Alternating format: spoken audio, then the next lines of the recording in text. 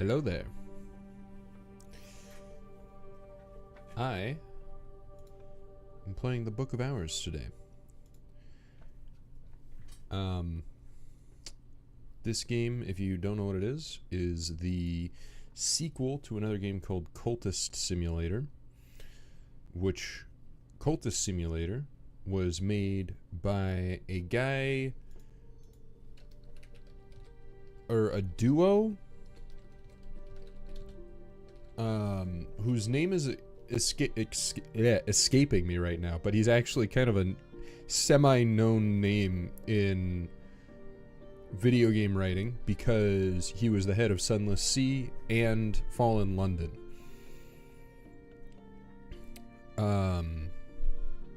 Kennedy. God. Alexis Kennedy. Jesus. That I can't believe I forgot his name. Yeah, Alexis Kennedy is the name of the guy. But this is not like any of those games. Cultist Simulator was a very hectic game, I'd say. You had a lot of timers running, a lot of meters ticking down, and like one lapse of judgment, and you'd find yourself on the game over screen and have to start over again. This game is the exact opposite. In fact, I don't think you can lose. Or maybe you can, but I just haven't gotten that far yet. This game doesn't ask anything of you besides like curiosity, right? As long as you're interested in progressing, that's all it takes. I did start the game. Normally I like to start games on stream when I'm planning on streaming them, but this one I was very unsure about. But no, it's actually great. But I will say this will be a chill stream. This is not an action-packed game. So if you like the sound of my voice, settle in for some fun reading, some lore, some satisfying sounds.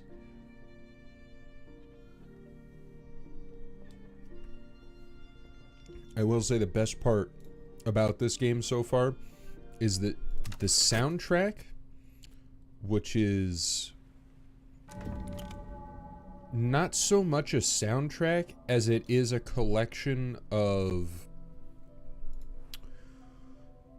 ambient sounds and music that like fades in and out, and every now and then, most of the time you don't notice it, but every now and then it comes in just strong enough for you to notice it, and every time you notice it, the only thought you have is like, wow, this is really nice. I've seen it happen like 3 or 4 times already. Not with myself, with like other people either watching me play or other people playing the game themselves. It's actually incredible. But yeah, so this is the game. It looks like a lot, but it's really not. Real quick, over here we have the village, which there's only these 5 buildings, and they provide services. So we've got the post office, the bar, and then the post office you don't really use. It's just for turning money into smaller bits of money, which you don't even need to do, really. And very, very rarely, like I've only had to do it twice in, I think I have 6 hours of game time. Sometimes you send or receive letters. The bar is for hiring random people, making money, and paying to restore your traits, which I'll get to. And then the other 3 buildings are your assistants, I guess, your allies. I don't really know how to describe them. They have their own job. So you've got the smithy. This is a midwife and an undertaker living in the same house. It's a very almost Tim Burton-esque design, I would say, right? You've got the woman who delivers children and the man who puts them into the ground. But he crafts the crate. Like, I don't know. I love the... Oh yeah, that's another thing. That's how far in... Hang on. The level of detail in this game is incredible. Like, how far in you can zoom is insane. And then finally you have the rectory with the pastor, and you'll see me hire them for different things, but I won't do it too often, except for this guy, because this guy I can hire for free. At the start of the game, you sort of create. You don't know that you're doing that, but you create like your own backstory by picking different stats, and my backstory was I am allied with this guy. So this guy I can hire essentially for free, and then the other two I have to pay money for. But that's pretty much it for the village. And then there's like a little thing down here and a little thing down there, but they're not important. And then this is the Hush House. So this is actually the main part of the game over here, where it's an ancient building that has been through several ages that you'll see referred to in like the books and the flavor text and stuff. I don't have the complete history of it yet, but at first it was like a church, and then it became a castle, and then it became like a military fort or something, like an in-between station, and then it went back to being a castle, and the ownership of it passed through a lot of different hands, and then it became condemned. And so my character is a librarian who has been tasked by a sort of sponsorship collective to organize and restore this entire building, and I do so room by room, literally individual rooms. And again, you can go all the way in, so like each of these things are an item I can pick up and move, put into my inventory, place, just kind of throw wherever I want, even the chairs. And so far, you don't really, unless, you want to, you don't really need to mess with this stuff that much where it's placed, but I have been discovering little things. For example, this is the main stairway of the house that I've unlocked piece by piece, and there are these little podiums with signs with, so, it used to be called Brandkrug Castle or something like that, and it was owned by the family Brandkrug. So there's these little plaques with these podiums with ex-Baron Brandkrug, and I've found these different busts. So for example, I have Hendrik de Wolf, Hendrik de Wolf, first Baron Brandkrug, known for his pious, merciless justice, granted Brandkrug Isle in 1536 after the dissolution of St. Brandon's. Sorry, the island is called Brandkrug. The family is the de Wolfs. But this wasn't here. This was all the way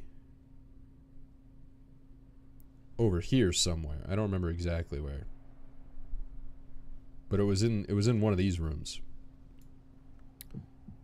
So and some of them are very obscure. Like this one is just labeled sister. So some of them have like very detailed descriptions and some of them don't. So and I haven't done it personally, but the game heavily encourages note-taking. So any text in the game, like if I just go up here and I right-click on this box, it copies that entire text to my clipboard. Not like a clipboard in-game, literally my computer's clipboard, so I can paste that wherever else I want. So the game does encourage a lot of note-taking, and I'm sure to piece together all of the mysteries, I'll probably have to do some very detailed note-keeping to use different separate bits of lore to piece together certain answers. I'm not going to do that this playthrough, though. It doesn't feel necessary to complete the game, I should say. It just feels necessary for certain things. Like, I don't even know if you get anything for filling in these other than just a sense of satisfaction. But maybe on a second playthrough if I'm interested in the game enough. Besides unlocking rooms, the other main thing is, of course, the books. And there are a lot of books. You've got... So books are in like 3 states. There are these books, which are uncatalogued. The color determines what age they're from. Not what age of the castle, what age of time. So like if I drag a book in here... oh, it doesn't even say.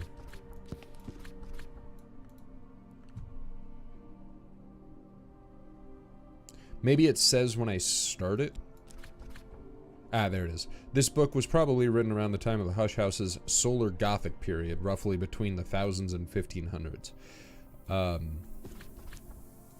So the colors are like, they're not difficulty, they're not type of book or anything, they're related to what time the book was written, which is strange. So that's the first state, and then after you catalog the book, it goes into the second state, which is unread. And you have these things you have to... I'll explain the challenges more later, but you have to gather these stats to be able to meet these challenges in order to be able to read it and understand it. And so this is like supernatural currency. These are stats. This is the language. So this is written in VAC. I can't read VAC. I don't know anyone that can read VAC. So I can't read this book. And then the third state is, of course, read. So some books are written in other languages that you do know how to read because you're a librarian and you know a good bit of language. So I know Latin, I know basically any regular Earth language. Latin, Greek, Sanskrit, so far I think are the languages that I've seen that I am actually capable of reading. But then there's all these wacky fictional languages that you can't read off the cuff. You have to figure out a way to do it. And so if I've read this book, I've mastered it. I am well acquainted with this text. And I don't think there's not actually a way. So when you click on the book, it has the title and then it has like a sort of summary of the contents.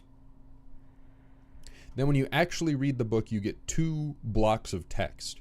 And I don't think there's any way to see those blocks of text without rereading the book again, which is kind of fun. It's not like summarized anywhere for you. You actually, in the game, have to reread the book. And when you read a book, you gain a skill. So these are all my skills. Some of them, like pyroglyphics, kind of make sense. Matters of fireworks, lights, colors, infernal detonation. Some skills make less sense, like ragged crossroads, to understand why 4 paths were not taken. Don't know what that means. But skills can be used for a bunch of things, but the main thing that it's used for is this. This is the Tree of Wisdoms. This is sort of a skill tree. I wouldn't really call... It's like a reverse skill tree. Instead of unlocking the skill tree to gain skills, you use and upgrade your skills to unlock the skill tree. Which sounds, yeah, wild, but...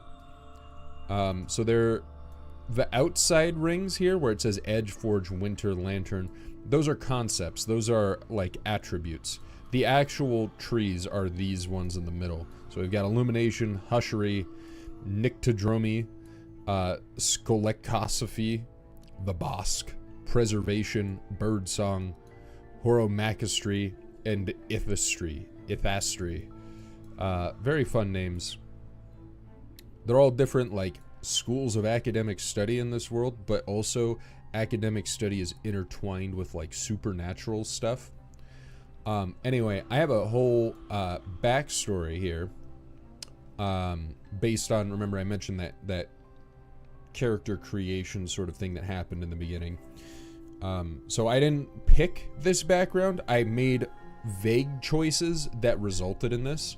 So my backstory is that I am an archaeologist who opened a tomb and released a plague unto the world. I don't know what the plague is. I don't know what that means. Like, just people can just sometimes get sick with an ancient virus now, or maybe it was a swarm of locusts. It could be anything.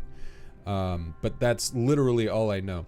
But it does suggest that what I should focus on as the archaeologist is the skolekosophy wisdom.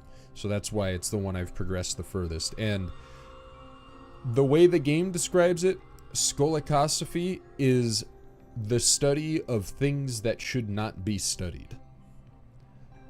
So that's fun.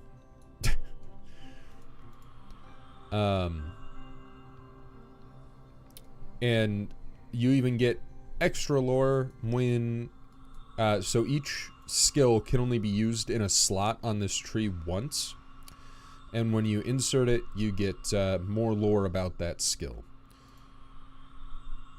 Except for Ragged Crossroads. I still don't know what this text does not help me understand what the skill Ragged Crossroads is.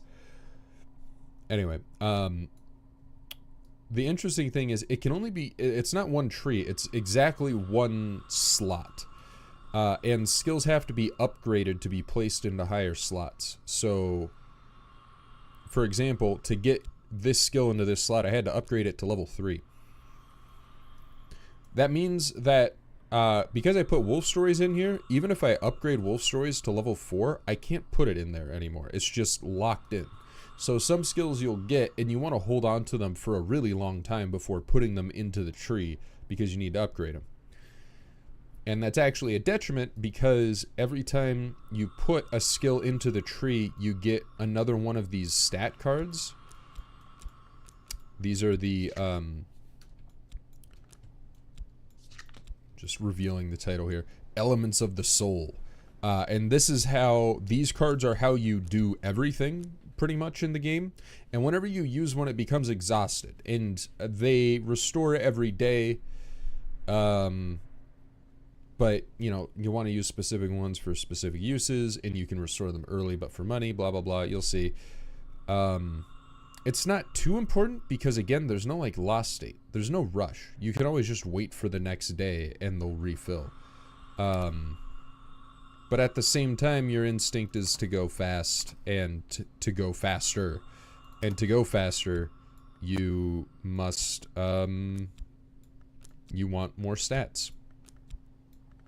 Oh, and there's another reason why you need more stats, but I haven't even done that yet, so, you'll see why. And besides that, I haven't figured out if there's actually anything that this unlocks. Like, I've gotten this to level 3, which seems pretty far, but it hasn't done anything. Like, it's not like I put something in there and it's like, ah, now that you're Skolekosophy level 3, you can craft things. No, it doesn't do anything like that. But that's kind of the main goal, is to get skills and fill out that tree. So yeah, that's pretty much it. I do not know what this button is. Oh, that's nice. Okay, so it's the very beginning of a day. It's dawn. Bring this back up. So what I have here, I've just cataloged a book, which I'm gonna put. Can I fit this in here? I cannot. Whatever, I'll just hold on to it. And so with every book, the goal is to read the book. And you have 2 or 3 main challenges. The first challenge is money. You can just spend magic money. Not this money. This is regular money. It's the Spintria, which is Spintria is I forget what it means in Roman. It's like the money of sex or something. You can look it up. It's a real thing. It's very strange. But in this game, it's occult money. If you spend that, then supernaturally, you are able to read the book. Nothing else matters. However, getting Spintria is very difficult, and in fact, the only way that I know how to get it is when guests show up, and they do that very rarely, like once a week in game. So it's not a very consistent way of doing this. The next thing is, so normally you're going to go to the next thing, which is its mystery, Sky. So each book has a different mystery and a different amount. So like if I look at this book, this has 6 Sky instead of 4 Sky. If I look at one of these books, these are the books that I know I can't read yet. This has 12 Moth. This has 16 Forge, and it's written in Deep Mandaic. Deep Mandaic. Deep Mandaic's awesome New Year's show.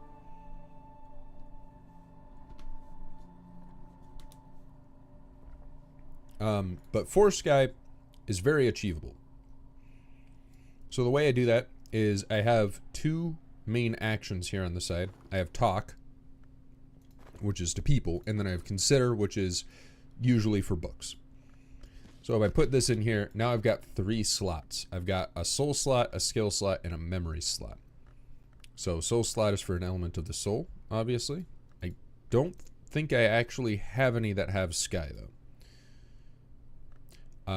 This one does not have Sky, so this one is actually, some of the books have contaminations. Some of the contaminations are literally viral, and some of them are more obscure. They're like visual contaminations. Like if you look at it wrong, it fucks up your brain, kind of thing. So this trait has been contaminated, so I actually need 5 Sky to cure it. So this trait does not have 5 Sky. So I don't have any soul that gives me Sky, sadly, yet. But I do need to put something in here to start. What about skills? I swear I had one. There we go. That one has 2 Sky, so that gets me halfway there already. So if I put that in there, you'll see I have 2. I've provided Sky, but not enough to match the mystery. And then the last thing is memories, which is this tab. Memories are mostly temporary. So you can see at the start of every day, a lot of your memories will go away. That's what these things are. The timer's paused, but if I start, keep an eye on this, whoosh, it's gone. So I don't have any memories. I just have this one lesson, which I guess I'll get to later. So I can't read this book yet. I can still give it a shot, though. But we'll see that later. First, let me get to how to make memories. I'm going to head over to my blacksmith friend. If I put in any soul card that has one of his 3 things that he's interested in, edge, forge, or heart, I usually use this trait. Oh yeah, what are even these cards, by the way? These are pieces of the 9 parts of the human soul. So this is like the part of me that's able to talk to people and understand them. Eloquence and understanding is what it says. So I've got a lot of this, so I just prefer to use it for this sort of thing. I talk to him. Wait 10 seconds. If I want to modify what's happening here, I can put something in this slot, but I don't need to. And now that I've spoken to him, my shept has been fatigued, so I can't use this for anything unless I restore it or I wait for tomorrow. But now I have the blacksmith's assistance. Denzel the blacksmith will lend me his strength for the day, and he goes over here with my money because he's a resource. Yeah, at the start of every day, you get a weather card. The weather is randomized. Oh, check that out. That has 4 Sky. I can just read the book now. The weather is randomized. It doesn't have, as far as I can tell, it doesn't have any effect on the game other than the ambience and the random weather card that you get. You can only use it once, too. It also has 4 heart. So, actually, let me check. It's 5. 6. So, I'm going to get a little sidetracked here real quick. How you unlock rooms is with people. The people will go in the slot to assist you with opening the room. But most of the time, the people don't have the right stats for the room. However, you can feed them memories and skills in order to temporarily upgrade them for a one-time thing so that they are able to unlock these rooms. 4 heart is a pretty significant amount of heart, honestly. So far, most things that I've had either have 1 or 2 in a stat, and usually not much more. So 4 is a lot, and I kind of want to use that to open a room.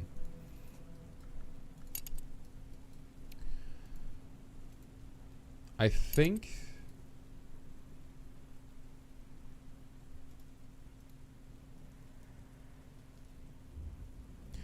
I'm just going to go for it. I've been trying to... I don't want to go too far this way because I know that the stats are going to get higher, but also because I kind of want to just open things in segments, right? I don't want to have to jump back and forth. So if I just... There's another character I could hire that has more heart. But if I just talk to the blacksmith about the storm, he's going to gain that 4 heart and 4 sky. And in the meantime, I'm going to grab another uncatalogued book and open it up. And I could do more. These rooms have crafting tables, they have desks, they have all sorts of stuff in them. But I don't think I'm going to use any of them right now.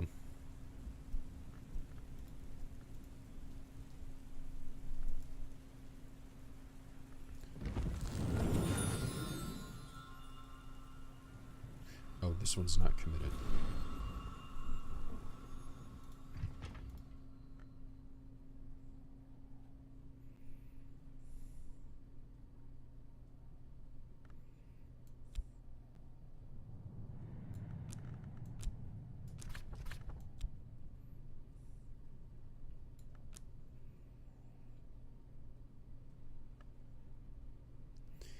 Ah, I see. It doesn't have the traits for this table. Okay. Sorry, I got distracted by something right there. So yeah, I'm just going to let the time run. You can fast forward it up to 6x. So now the memory of the storm, whoops, the memory of the storm has been consumed. It's gone. But now he has 4 heart and 4 sky. So when you pick up cards, you can see where they're usable as well. And the opposite is true. If I click on this slot, or right when I hover over it, you can see the blacksmith down in the corner is flashing. So now he'll actually be able to open this room for me. And in the meantime, I've got a new book. And it has 8 forge. So I have another book with 8 forge here.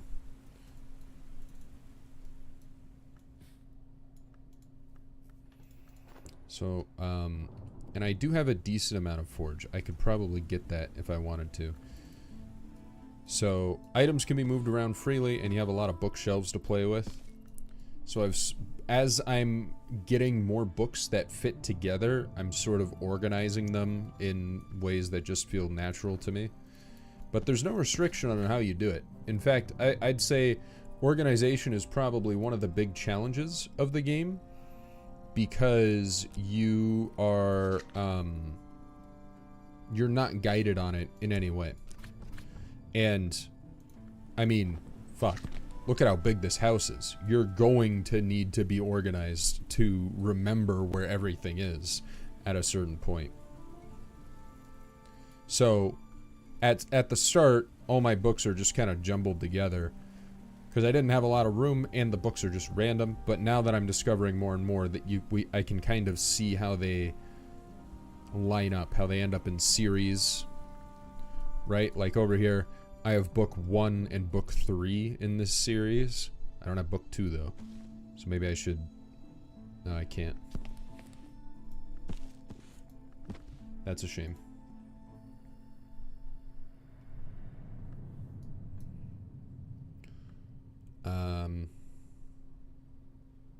Anyway, I'm gonna grab another book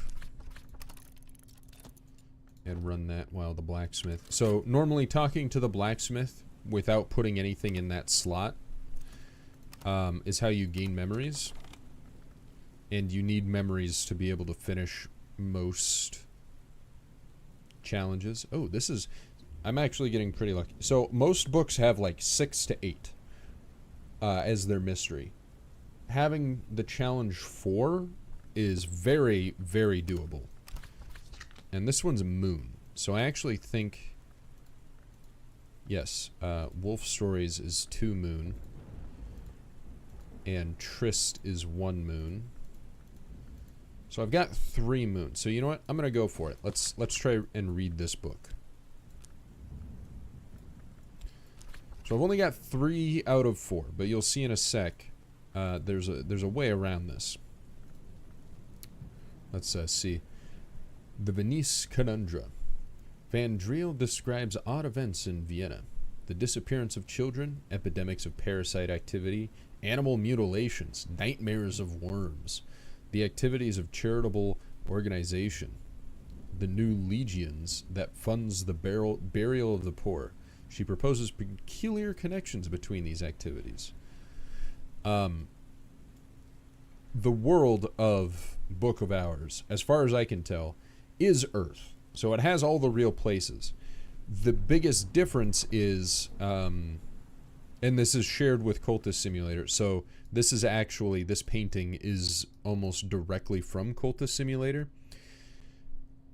There is a dream world called the Mansis, that is where sort of eldritch gods and influences reside, and they sort of leak into the real world, and there are ways to like go back and forth and lower that barrier in between things.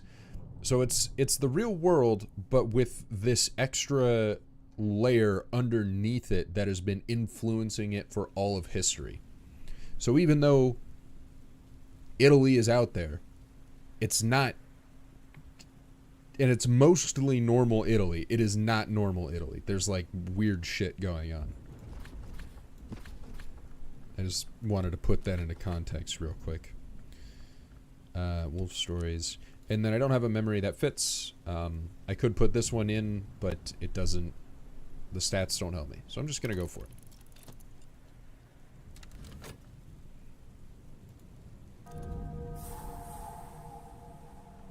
Oh, that sound was the sound of the blacksmith finishing the room. A refuge for all the world might consider impure. In the 15th century, Nathan of Regensburg came to Brandkrug. The brothers of St. Brandon's granted sanctuary, but they would not permit a few. Oh, they would not permit a Jew. that is not an F. Okay, they would not permit a Jew and his family to live on Abbey grounds. Still, they built it, like I said, it's Earth. Still, they built this tower for him to dwell in and practice his healing arts. It has changed greatly since that time, but a place of healing, it remains. So this is a really old room, because it's from before, it was when it was still the Abbey of St. Brandon's. And then we've got all these paintings in here, and these will all have descriptions as well. The Witch and Sister. unites what is at rest. She is sought at the water's edge and beneath the moon. She cannot be separated. She cannot be touched. She is coral, amber, pearl. And again, you can zoom all the way in. A lot of this art will have very strange implications. For example, oh, here's a weird one that I found. I moved it over here. So here's a painting named Dr. Serena Blackwood. No one is in the picture, only an empty garden. This bust that I put the painting next to is a bust of Serena Blackwood. So she is a real person with a face. Maybe she painted it. Who knows what it means. The Thunder Skin. He cannot be stilled. He demands the dance. He is beaten like a drum. He is heard in the wood below the world. The wood is like a section of the mansis, I think.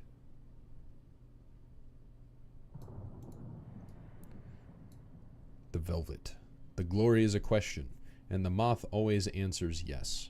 The velvet's answer is no, and that is always her answer. And you can see this one actually has that moon trait, so we might be coming back to this painting. The sister and witch. So the other one was the witch and sister. This one's the sister and witch. Brings together what cannot be apart. She is sought beneath the moon and at the water's edge. She is pearl, amber, coral. She cannot be touched. She cannot be separated.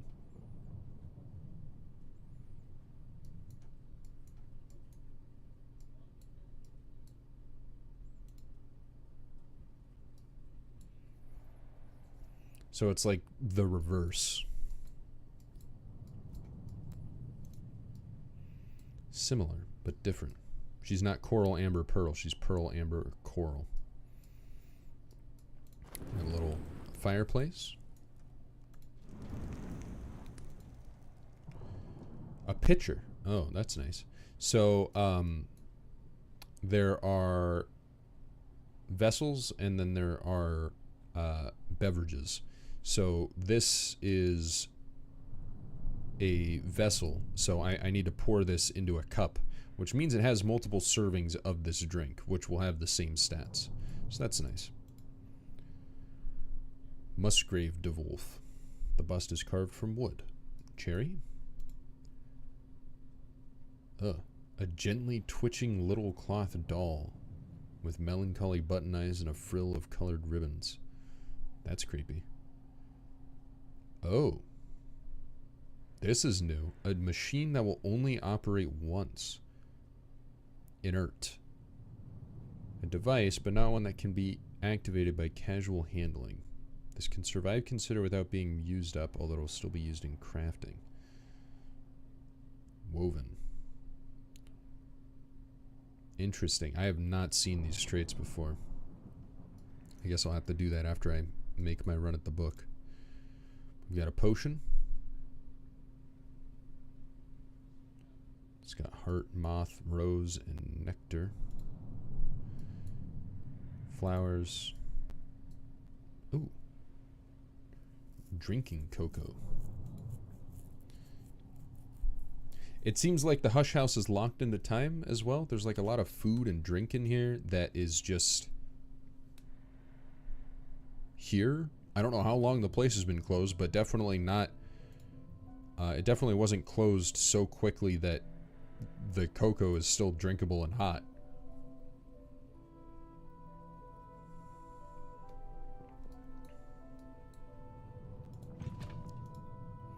That serpent milk had 6 edge, which is a lot. Guest bed. Interesting. So you can sleep, or you can move to what bed you're sleeping in, as well as place guests in those beds. But normally they're like bedrooms. Being placed in an infirmary bed would be a little uncomfortable. Like the bed that I'm sleeping in right now is this one. This looks like a nice room to sleep in. The infirmary? Not so much. Arsenic. You just got a bottle of arsenic. Sacrament malachite. 6 nature, good to know. or 6 nectar. Nectar is a trait that I have struggled with this entire playthrough, finding it. Amethyst ampule. Were it released from the glass, it would be quite another color. I like that the label has the icon of the aspect it has. And then mead. I have more of that mead in another place. So no books, but lots of interesting resources in here. And it also let me access this room. So 5 grail, 5 heart. 5 edge, 5 heart. I might be able to do the 5 edge one. Alright, so let's see what happens when I fail this. So there's still a chance. You get 3 random opportunities. So this is an opportunity to add a memory, which sadly is the one thing that we don't have, and it's going to give me that opportunity twice. Ouch. Let's that reminds me to get my boy back. And then relevant furniture. There we go. So we might be able to pull this off. Now furniture is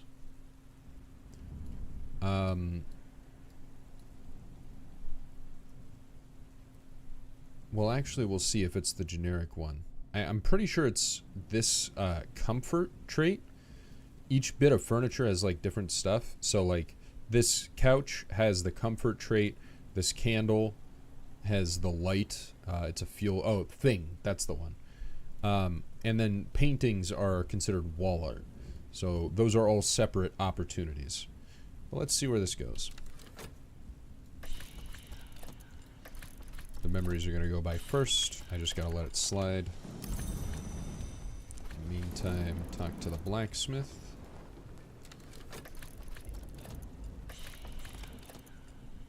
Yes, so it is comfort. So we can kind of skim here and see if there's anything that works for us. When I hover over the comfort, we see all the items that come up with comfort, but then we can also hover over the moon, and it looks like these chairs are exactly what we're looking for. So that was why I didn't want to go into it with 2 moon, but I wanted to go into it with 3 moon, is because a lot of the items that you can put in after the fact only have 1 in a stat. So if you're 1 off, it's really easy to get. If you're 2 off, you gotta kind of be lucky or have prepared ahead of time. So let's go ahead and take one of these chairs and sit in it to read our book properly, get us in the mood. And just like that, we've mastered the book. So remember, this was about worms in Vienna, and now we've got 2 blocks of text here. When the individual K attends the meetings, black dogs are sacrificed and quartered. When the individual M is in attendance, black mares are found with their throats slashed. I propose that these sacrifices are not necessary, but that our Legion friends may consider them fitting. Here within diagrams of the mutilations. It gets cut off. Medusa's riddle, then. I choose to render as what is not seen. Oh, Medusa's riddle, then, I choose to render as what is not seen. There is another riddle, one I have heard rendered as what may be lost. I will delineate some historic attempts to answer it. These are in themselves, in some sense, sacrifices. So there's a lot of weird occult shit going on in Vienna. So now that I have this book done, I've decided this room is like my I read the book room.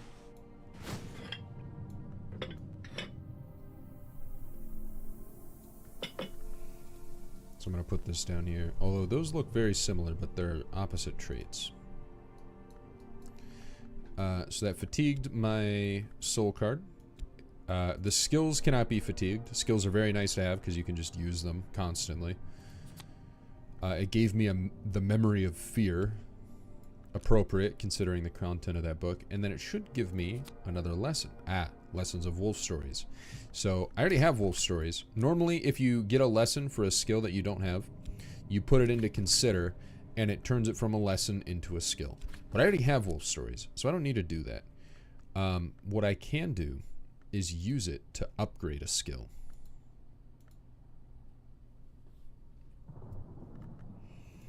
It's got moon and scale, so I can upgrade any skill with moon or scale. And I think... Oh, this one's already attuned.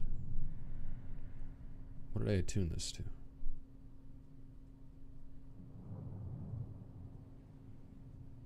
Preservation. Okay. So it's just this one then that I haven't done? Yeah. So every skill, when you get it, it has 2 slots it can go into, or 2 trees it belongs to. But then once you slot it, it just belongs to the 1 tree. So this one's also 2 moon. Dang. So I could have upgraded it, but I've already put it in. I mean, I can still upgrade it. It's just I can't put it into a higher slot. So I think I might hold on to Wolf Stories for another skill. Like, I could upgrade this skill to have more scale on it, but I probably want to upgrade another skill so it can go into a higher slot. That's generally my thinking. And then on the other side here, our blacksmith has given us another memory.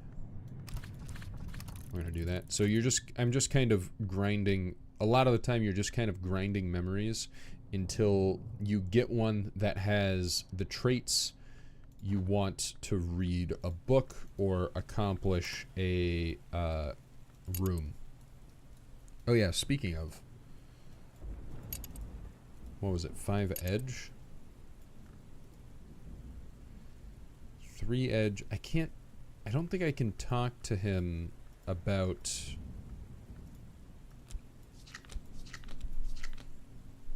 skills though.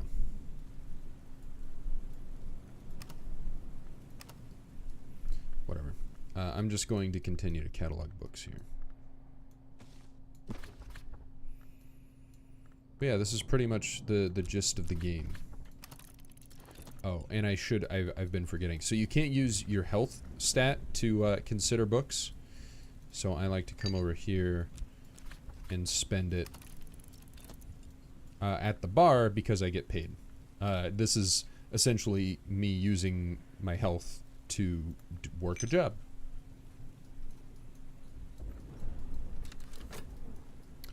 Hi, sweet. Well, in this one, I'm not running a cult. I'm running a library. It's all very above ground.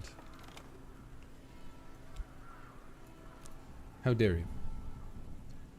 Okay, this one has 10 winter, so I don't think I'm going to be able to accomplish that. It's written in Latin, but I can speak Latin, so that's fine. I think I have an 8 winter book. Yeah, that one's closer.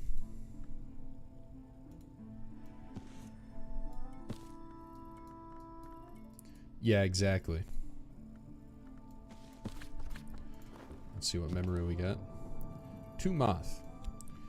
Do I have an unread moth book? That's low. So the books that I have that are like to be read, they're on this shelf or like up here. I've kept it up. No, okay. I don't have any moth books.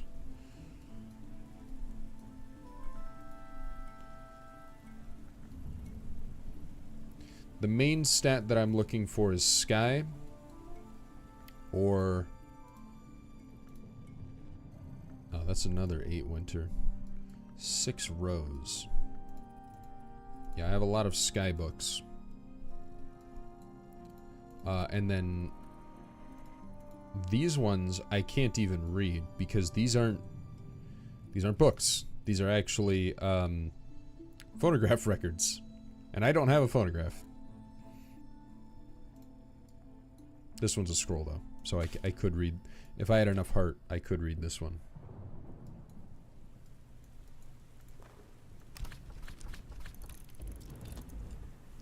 Nothing weird at all.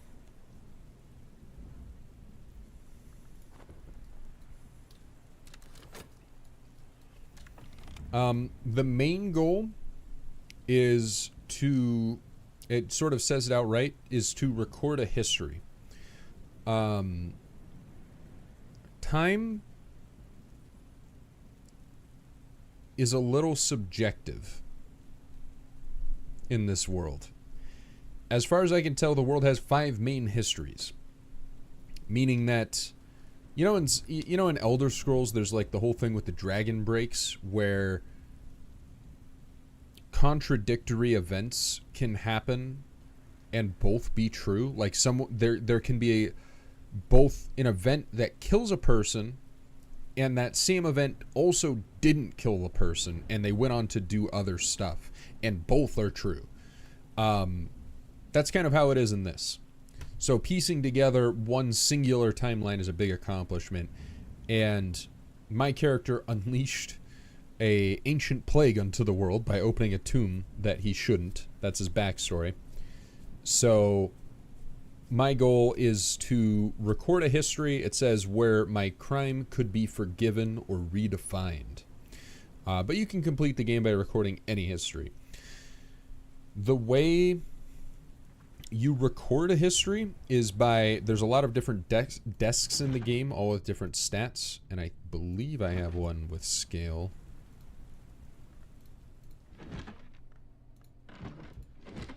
Yes, this one. So if I sit down with this notebook and a pot of ink and I start putting stuff in here, I can use this one. I can craft stuff, but if I get to a certain level of stats, so making a determination is the first step towards writing your own history. It'll require no less than 20 of a power aspect. 20 is absolutely impossible for me to reach right now. So that's my first goal, is to be able to reach 20 in a single stat on this challenge. Right now, if everything worked out perfectly, I could maybe reach 10. That's how far away I am. So my actual goal right now is to just read books so that I can learn more skills, so that I can do higher challenges, read more complex books, open more rooms of the house, and just continually cycle that until I've gone far enough that I can reach 20 in a stat. And the stat that I want to do it in is scale, mainly. Or edge, I guess. It's kind of both. Well, this one says edge and knock, but I think the notebook always has knock. The guy who stole some copies of Starfield and linked them is... no, I did not hear about that. I heard that there was a leak. I mainly heard about the leak because people were complaining. I saw that people were complaining about how the planets aren't seamless. But also, what did you people expect? Did you want to play No Man's Sky? Because you could just play No Man's Sky. That is a thing.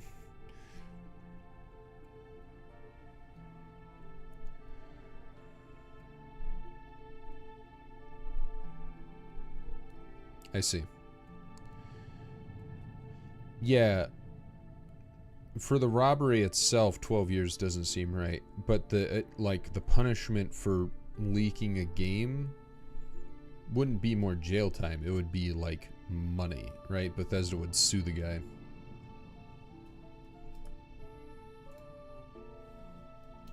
One sec.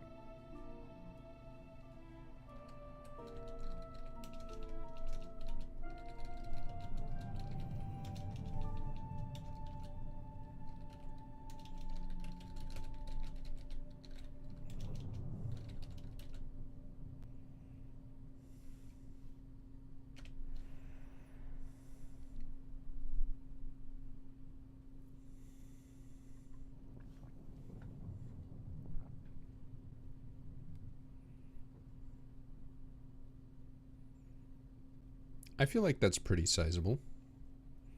Fallout 4 was a big map. Fallout 4 was extremely dense, though.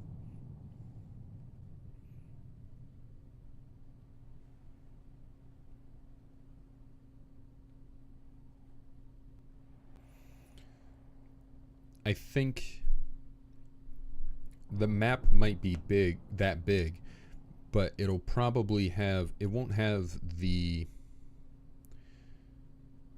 free roaming aspect to it that Fallout 4 did. Like, I think it's going to be more like an Elder Scrolls game. Because, like, Fallout 4, you could just pick a direction and walk at it, and you'll just hit crazy cool stuff. Quests will just start popping up. You'll go into buildings and find treasures and all sorts of cool things. And a lot of that stuff wouldn't be tied to a quest. It would just be the only way that you would find that stuff is by randomly deciding to go into that building and exploring it. Skyrim was a lot more point of interest based, where you could wander and explore, but you might hit a gate that you can't open because you're not on that quest. Or you might go through and clear a cave, and then, 30 minutes later, you talk to a guy nearby, and he's like, hey, can you go clear that cave for me? And it's the cave you just did, and all the enemies have respawned. So Skyrim did not encourage open world exploration as much as Fallout 4 did. I think that's how Starfield is going to be. It's going to be, there's something big that you're supposed to go to, so go there first, and then the people at that thing will tell you where the next place to go is. That's what I'm expecting from Starfield. I'm not expecting, here's a big open area with a ton of random crap in it. Just go walk around and stumble upon whatever you find. But also, I haven't really watched any of Todd Howard's speeches or any of the marketing, just headlines. So I could be way off, or it could be somewhere in between.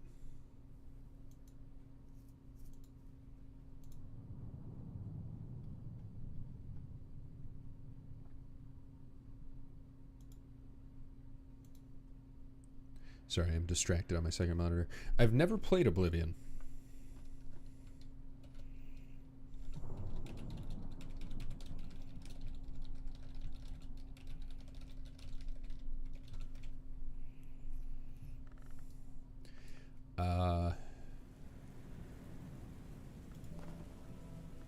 I've wanted to do... Chris and I have talked about this. There used to be a streamer called That Guy Tag, who was known for TF2, but he also had a hardcore permadeath blind Oblivion series. I've always been interested in that. I really like the idea of that. I don't think I would enjoy it in Skyrim, but from what I've seen of Oblivion, I think I would enjoy that.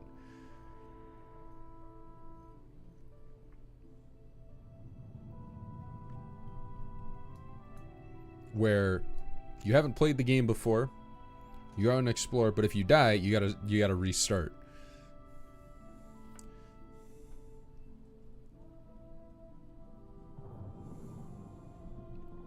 Along with like fan patches and stuff that make the game run better, because I'm sure in the base game there's a good chance that you'll just step wrong and die.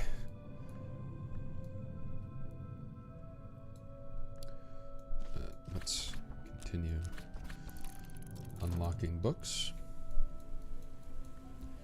And it's about to finish.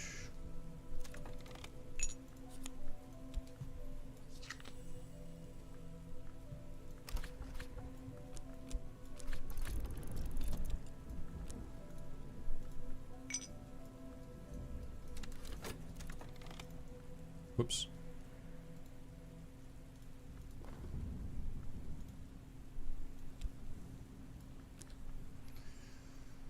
I can't talk to him again, I don't think. Oh, I can. So I can't add anything to him? I can. That's strange. Oh, I guess it's still dusk.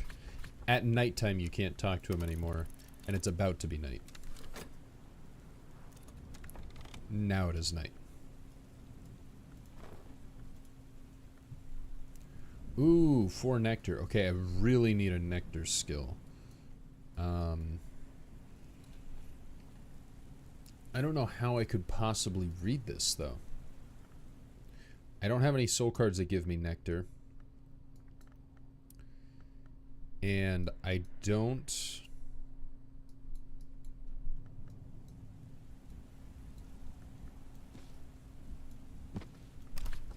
have any skills that give me nectar. right? Hang on. Yeah, I don't have any skills that give me nectar either. I don't even really have any items that give me nectar. It's just such a elusive trait for some reason. Oh, I'm looking at the wrong thing. It's Mysteries Nectar. I need to look at, like... There we go. Yeah, I've got all the plants and stuff. Oh, health does have 1 nectar. Oh, wait. Okay, so I can't have 2. I think that's worth the jump. I don't think I'm going to get more than that. I just got to hope to get lucky on the next go. Actually, I'm going to wait a little bit until right before dawn so that if it gives me the chance to put in more soul cards, I can put in my refreshed health.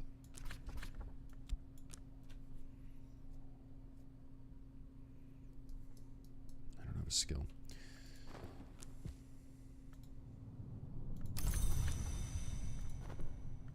Yeah, so I'm not going to use any of that. It is a completely different game than Cultist Simulator Suite. It's more of a relaxing sort of decoration organization game than it is the intense resource management game that Cultist Simulator has. I don't even think that there's a lose state, actually. I don't think you can lose this game. I don't think you can end up on a game over screen.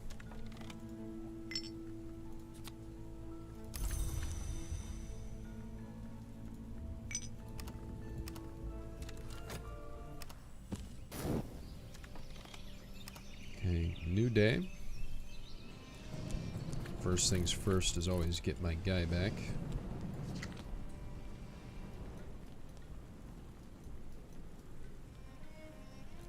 Right. This game is more of a slow, constant forward burn.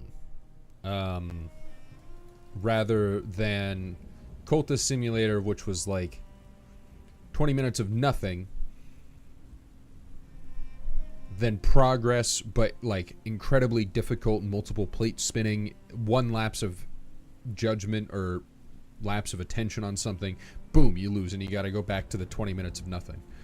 That doesn't happen here. It's more very, very slow progression and then occasionally a major breakthrough. Cool, and I'm going to get a new visitor soon. That's always good. Right, I always look away. I forget that the timer's only 10 seconds here. Hail, 3 sky. That's good. I can probably do a book with that. I can do the book in my inventory with that.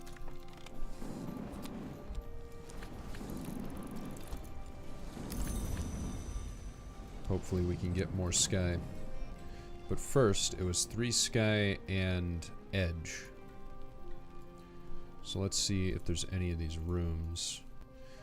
5 edge. I have a skill with 2 edge. I have a skill with 3 edge.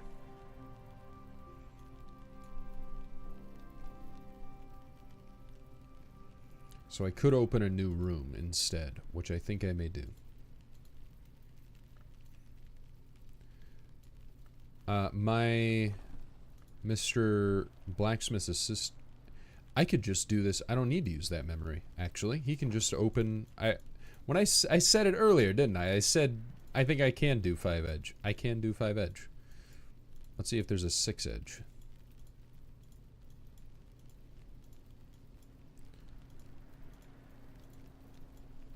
Six heart.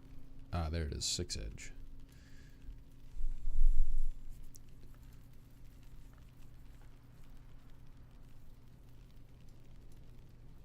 You know, I don't know... Actually, I don't know if I can talk to him about skills. I'll wait. I'll wait when he comes out of this to check.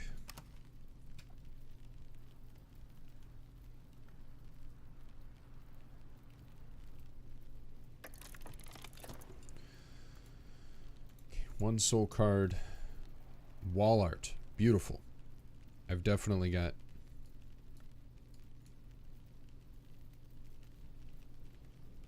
There's one. There's one. I need another one. Oh, in here. 2. Leaves in the wind. Fantastic. I don't need to put in the soul card. I'll just put in the wall art and we'll be good to go.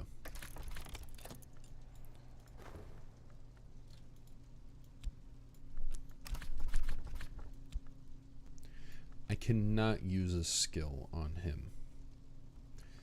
So I do have to use the hail if I want to open that room up.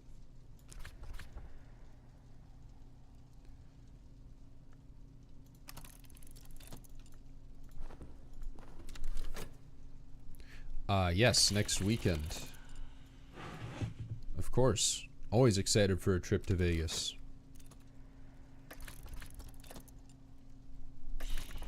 It's honestly crazy how fast it's come up. What are you interested, Sally? Oh. She knows a language that I don't. Kernowik Henevik. Oh, she understands 2 languages that I don't. I wonder. So I do have that moon book I just finished that I could give her for more money. But I'd really like to...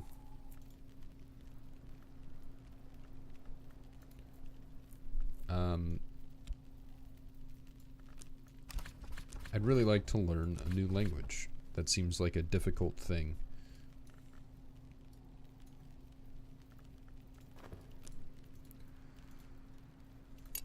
Moon. Which one was the 6 edge? Oh, it's the top of the stairway. I think I'd rather do this one. So he has enough. He can just drop right in there. Okay, let's see.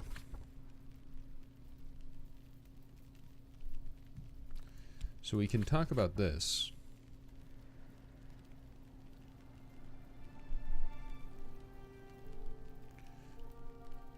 Try a book with as much winter as their interest. Okay. But what if I pay you?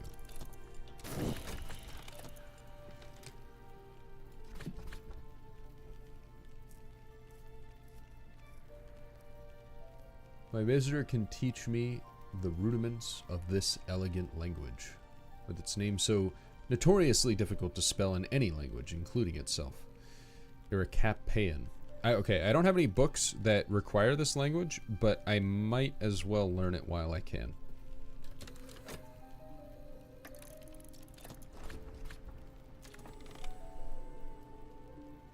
Fuck! I played the timer. I missed the, Damn it. I could have done it. I can't believe I missed the second painting slot. There's no reason for that to have happened. It wasn't like I had a bad challenge or anything. Damn, and now I don't have the memory anymore. I just didn't do it. Oh well. I'll have to summon the blacksmith again and hope to get that memory.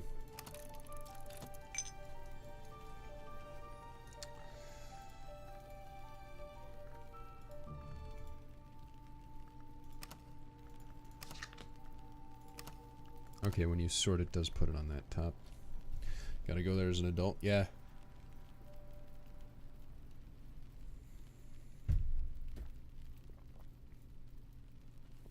It's a good time. It's a strange time, but it's a good time. Let us research more books.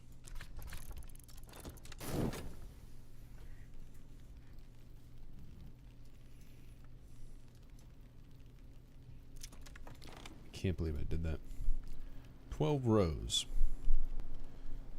There is no way in hell I can do that.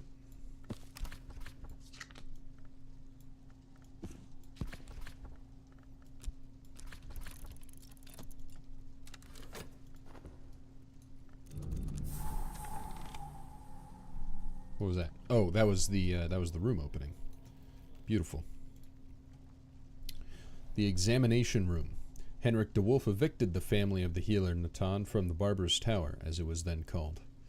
I have rooted out the Barber's brood. he is recorded to have gloated. Yikes. That's not good. Not a great history for this place.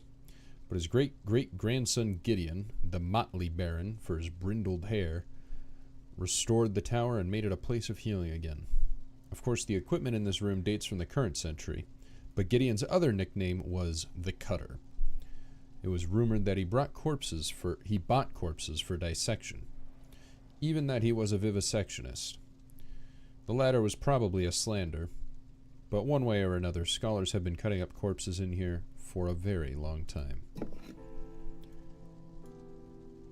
Necropsy table. A hygienic place for scrupulous examination of whatever might remain. Ooh. So this is a crafting bench. It supports scale, actually. So let's see. Not edge, oddly enough.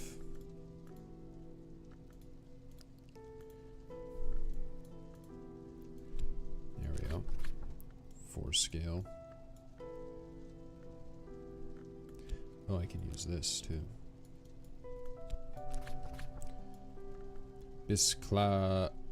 Bisklavret's knot.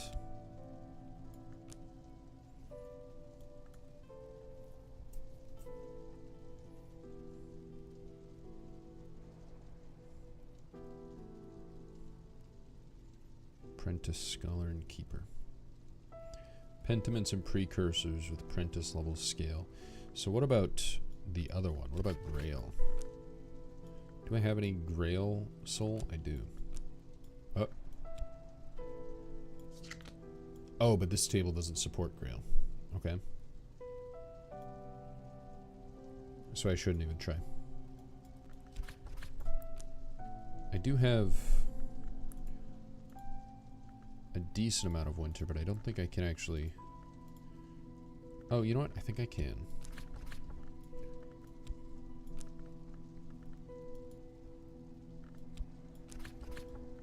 Bittersweet certainty. I want to hold on to my health for now. I think I'll do this. Let's see what this is. So what are the different major forces resources in this? So it's all the same except for, I think there's 3 new ones. There's Rose. And it's not like romance, it's the compass rose. The rose which encompasseth all. 9 directions to new horizons. Scale, which is the one that I'm actually focused on for this playthrough. It's like earth. It's kind of a vague one. Hard without, hard within, hard to rouse, harder to subdue. What is left of the crude powers of the deep earth. It's like... I'm pretty sure the image is a worm.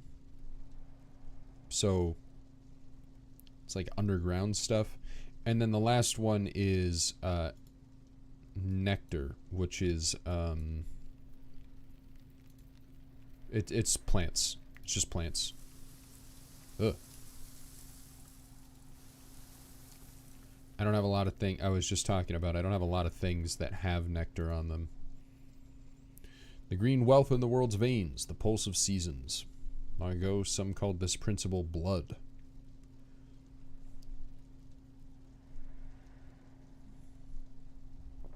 So those are, and then there's all the other ones. So there's Forge, Edge, Winter, Grail, Heart, all the ones from the first game. But those forces aren't the main determining factor. In this, you are a scholar. You are a librarian scholar. So your focus is on the schools of research based on those forces. And my main school of research is Scholicosophy. I did do like a full rundown of all the game's workings at the start of this stream, if you want to see that. But Scholicosophy is the study of things that should not be studied, which is fun.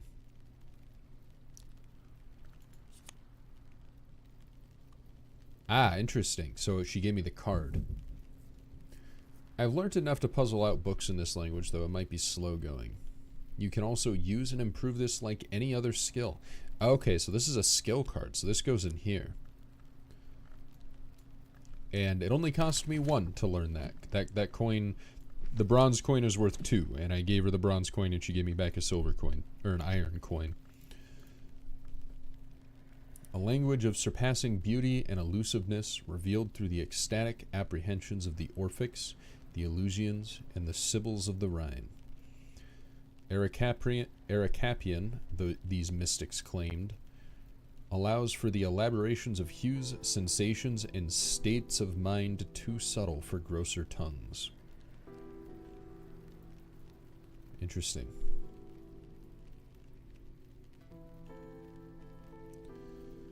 Winter and Lantern. I could actually upgrade this. I don't know what value.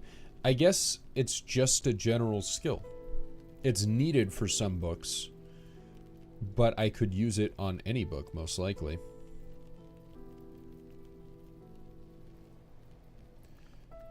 Anti-memetics? No.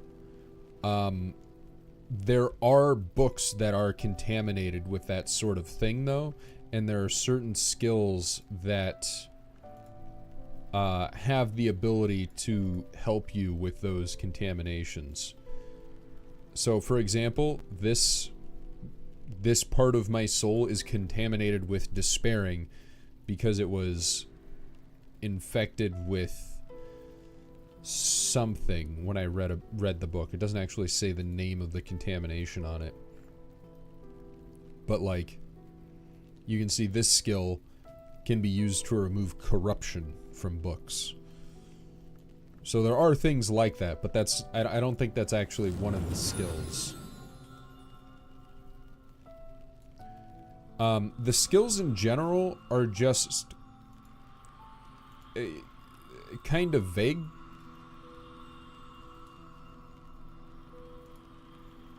They're not like, so my school here is the study of things that should not be studied: worms, earthquakes, abrasions in the world's skin. Like, huh. Alright.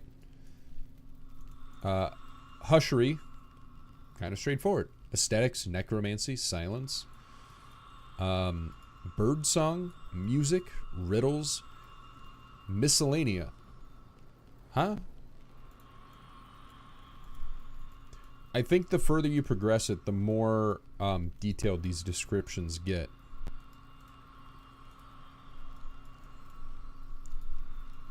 The lore of the primeval wood. Who knows what that means?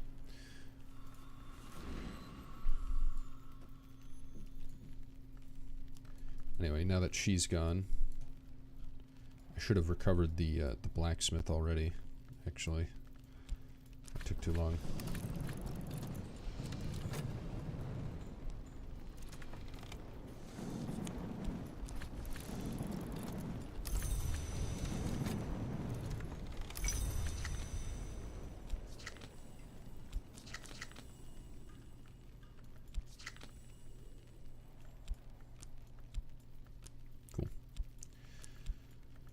Money converts upwards nicely, and it breaks down as well. I can earn myself some good change.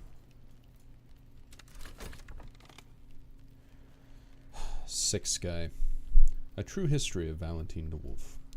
I have a lot of books with Sky on them, and I've been struggling to read them. I don't have any skills with Sky, and I only have 1... No, I don't have any soul with Sky either.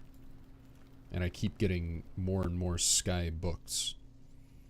So it's been a little frustrating. In fact, you know what? Let's just put them all over here.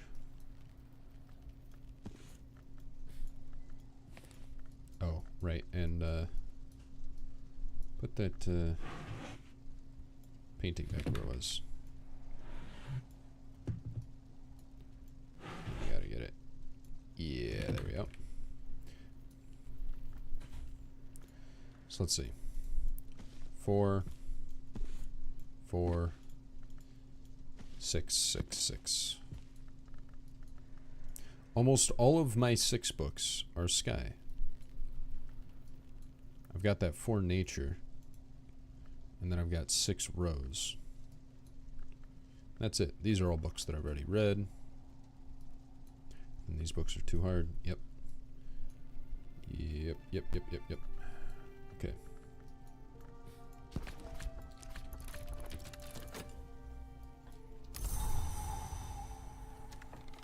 What was that?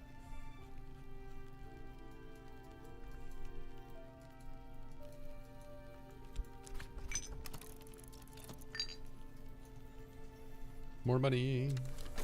I'm probably gonna actually start spending the money. Winter and scale. What's my highest winter? 2? 2, 2, 2, 2, 2. I guess I could. I'm kind of greedily holding on to this, hoping for a skill that I haven't committed yet to upgrade it. But I could just use it on one of the skills I already have.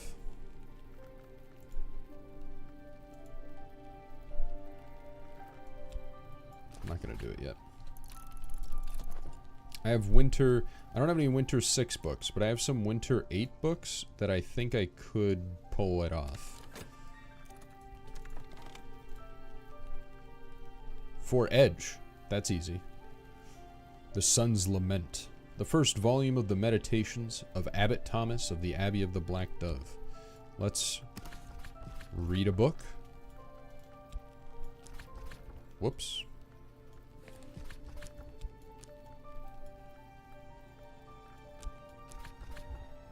So now that I've matched 4 Edge to the 4 Mystery, I can read the book.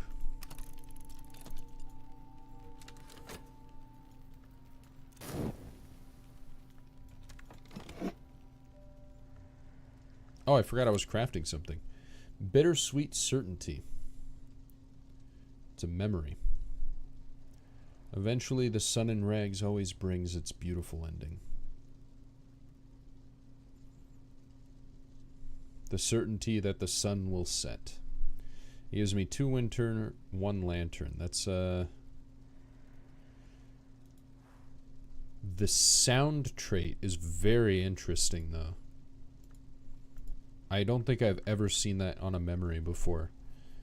So this is gonna get destroyed in a second here. And these stats are not very useful, but the sound trait, I don't know. I gotta keep that in mind. That might be important later.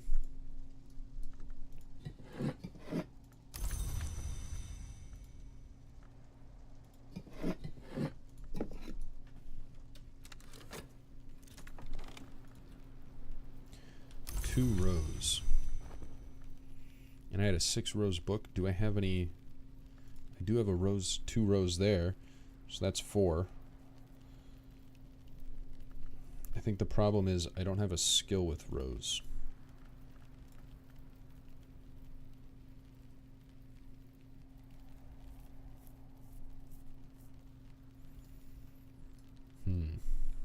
Should I go for it anyway? Do I have objects in the house with rows? A few. Enough. I'm gonna go for it because I don't have... There's not like something else I can wait on. Oh, but I do have to wait for the other book to be finished read.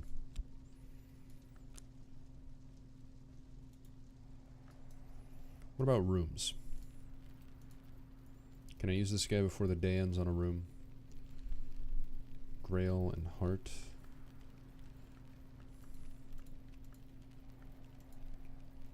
No. Winter and edge. No, see, I can't get these without a big memory because I don't have any of my skills upgraded.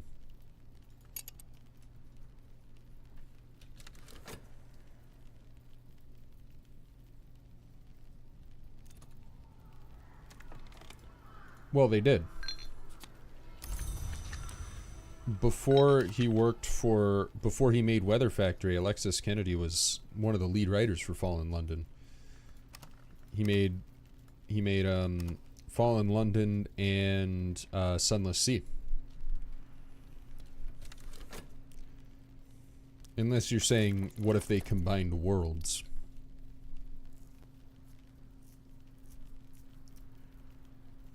What was this book again? The first volume of Meditations of Abbot Thomas of the Abbey of the Black Dove. The thorn-beaked crows took my eyes from me in justice for my crimes, but though I lost my sight, I found my light. Oh, gross. So he was, I don't know what the name of that punishment was, but it's the one where they hang you up in the cage above, like, the coast or something and just let the birds eat you.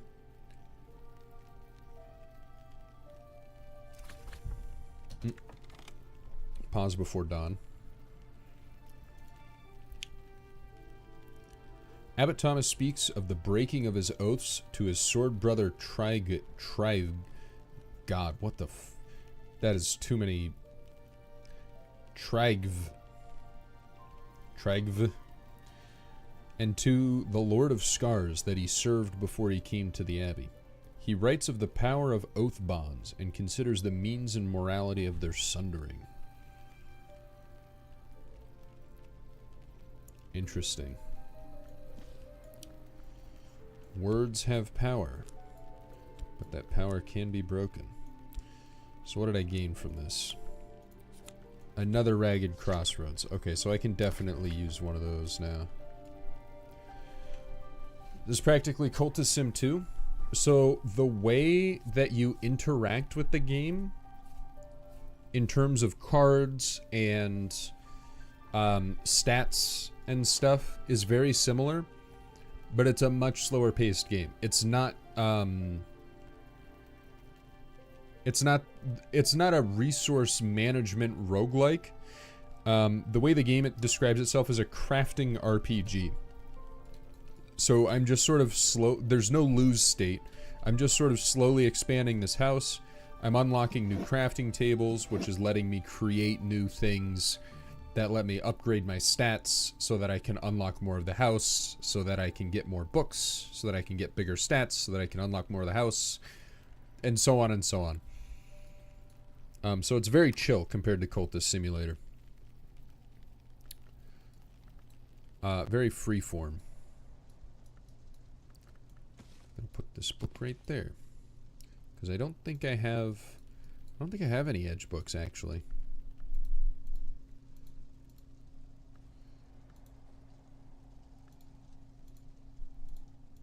I don't. I have a lot of winter books though. I should put these all on the same shelf.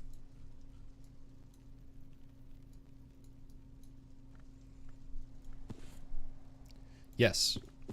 And it's important to keep track of your inventory, because you will have people show up interested in not very specific books, but in certain categories of books, maybe very specific books later.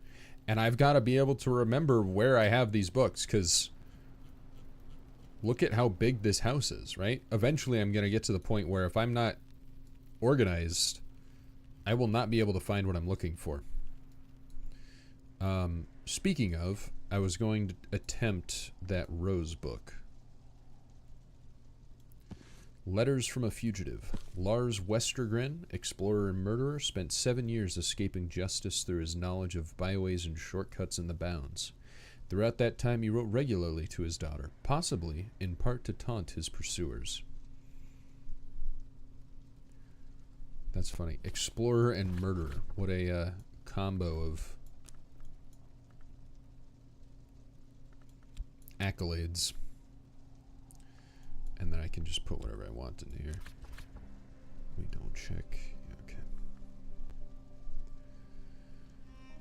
So I've only got 4 rows, and I need 6 to be able to finish reading this book.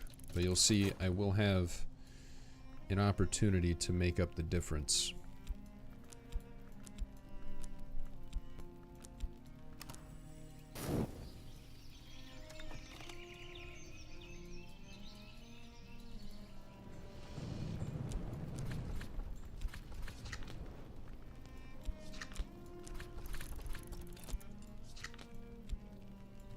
And the upside down Hush House.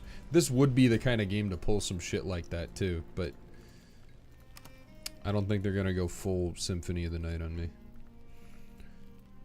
Okay, so I think I want to upgrade. Do I want to upgrade Ragged Crossroads? Or one with a more interesting stat? Do I have any other stats with Winter? I want to, yeah, I want to upgrade this, because this says Lantern, and I can upgrade it. Oh, I do have 2 scat.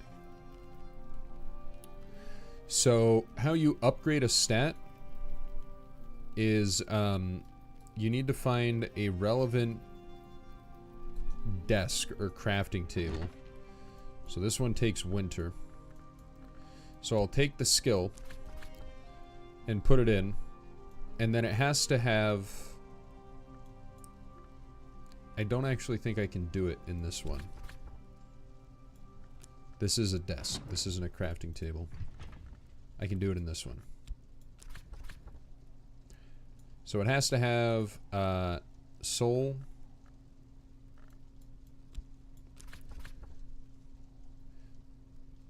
and a memory that matches it. Well, it says it can be upgraded. I guess it can't.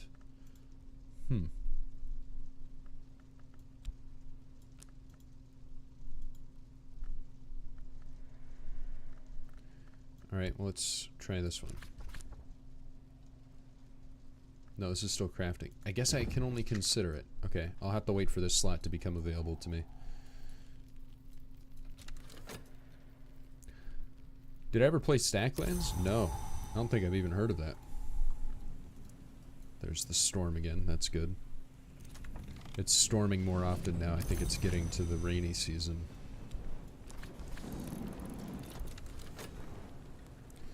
So, right now it's about to finish. But watch this. So I don't have enough to meet the challenge. But now I've got 3 opportunities to add to it. Ooh.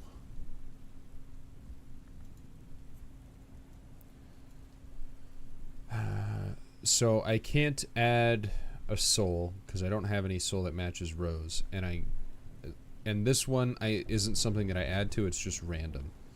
So we've got to we've just got to hope.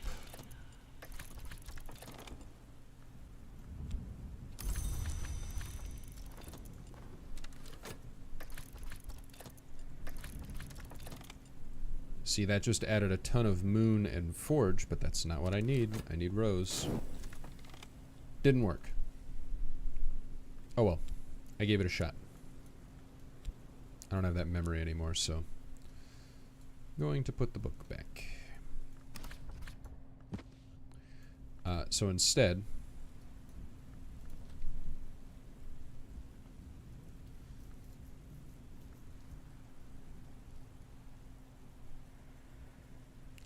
I think I'm going to upgrade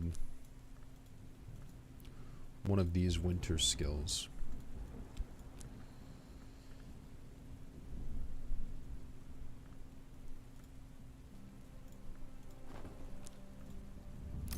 Actually, I don't think I can yet. I need to get a memory with winter from my blacksmith here. In the meantime, I'm gonna read one of these goddamn skybooks finally.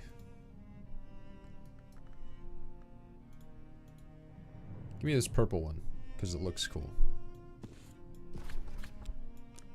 Memory, and then a skill. It literally does not matter what soul I put in there. So now I've got 6 and 6. So this book I actually will read. Traveling at Night to Volume 2. The Annotated Dream Journals of Christopher Elapoli, sometimes called the only readable occultist. Literate, entertaining, bewildering. I feel like I read Traveling at Night Volume 1, but it was a different stat. I did. Here it is. Traveling at Night Volume 1. Yeah, it took knock instead.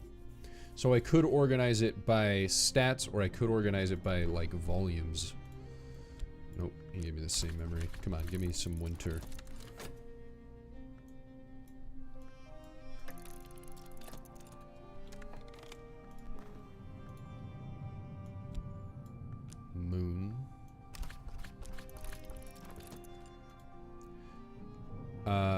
Got any saucy books right here? An anonymous biography of Eva de Wolf, last of the dwarfs, focused rather salaciously on her personal troubles and intrigues. She, if I remember correctly, she, like, dated and then murdered several men in a row. I have to reread the book if I want the text back, though.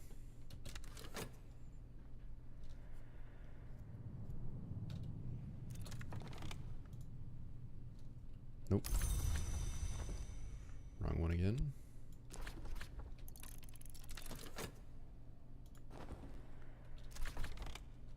Here it is. There's an extensive discussion of the comparisons between Elapole's own dreams and those of the Emperor Elagabalus, who Elapole regards as a dupe or avatar of the sun in rags. The white is west of the world, Elapole remarks, and winter does not wait forever.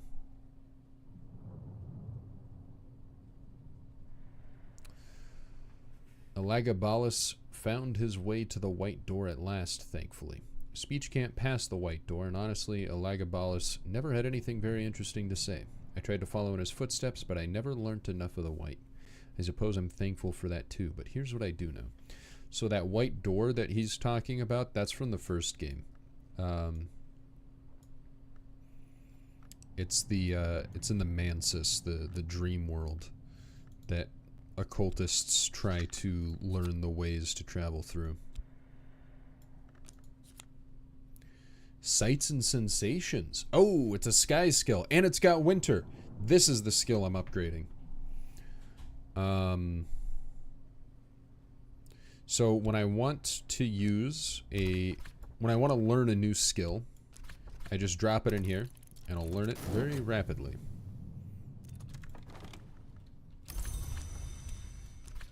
Stop giving me fear.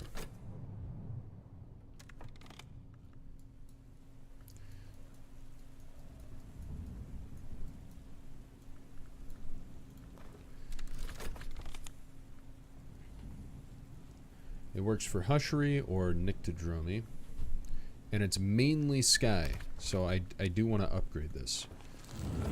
I also think I already have a skill in both Hushery and Nyctodromy. Yes. So how this works is when you slot a skill, each skill can be slotted into one of two trees, and when you slot it in, it can never be put into this again. That's permanent. And each tier requires the skill to be a certain level. So this skill can only be put into these two slots, but these are level 2 slots. So I have to upgrade this skill before I can do it. So let's get her done. So that'll upgrade it. Then that has winter. And then I don't have another memory with winter, but I do have a memory with sky, so that should match. Improve this skill to level 2. So to upgrade a skill, you have to have a lesson that has an element that matches the skill. That's the only requirement. Oh, and it has to be... yeah, I think that's the only requirement. So you have to fill all these slots, but it only has to be one lesson. Which are hard to get, because you have to read a book for it. He gave me fear again.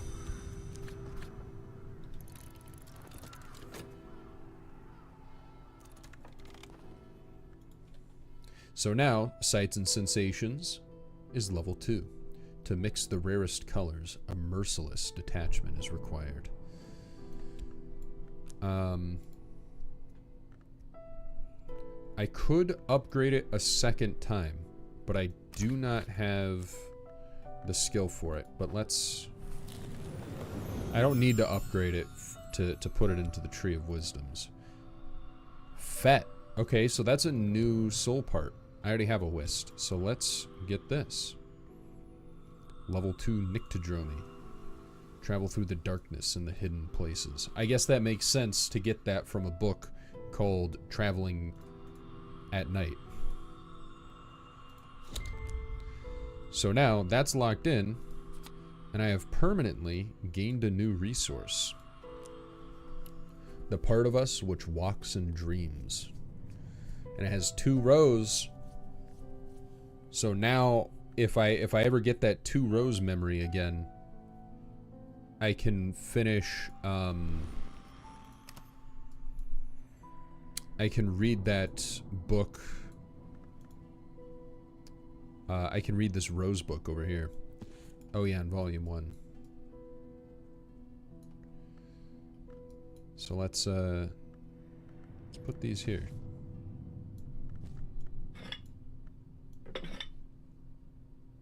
I need this to go literally anywhere else. You're actually kind of on point. You do know better what to combine to be able to get a result, but you kind of do have to just trial and error to figure out like what makes what. So like for instance, this little training dummy down here, this is actually a crafting bench. So I've got these stats. So let me put so if I put scale in, and then the memory fear, and then I need it doesn't matter what soul part now. So oh, interesting. Interesting. So this skill at level 5 Grail makes Beguiling Melody, but that is not what I was trying to make. Let's put in something else.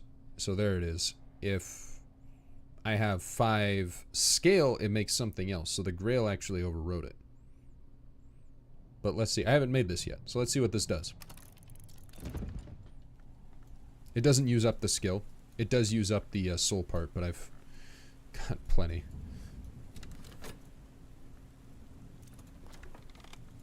Ooh, he gave me Storm back. Oh! Interesting.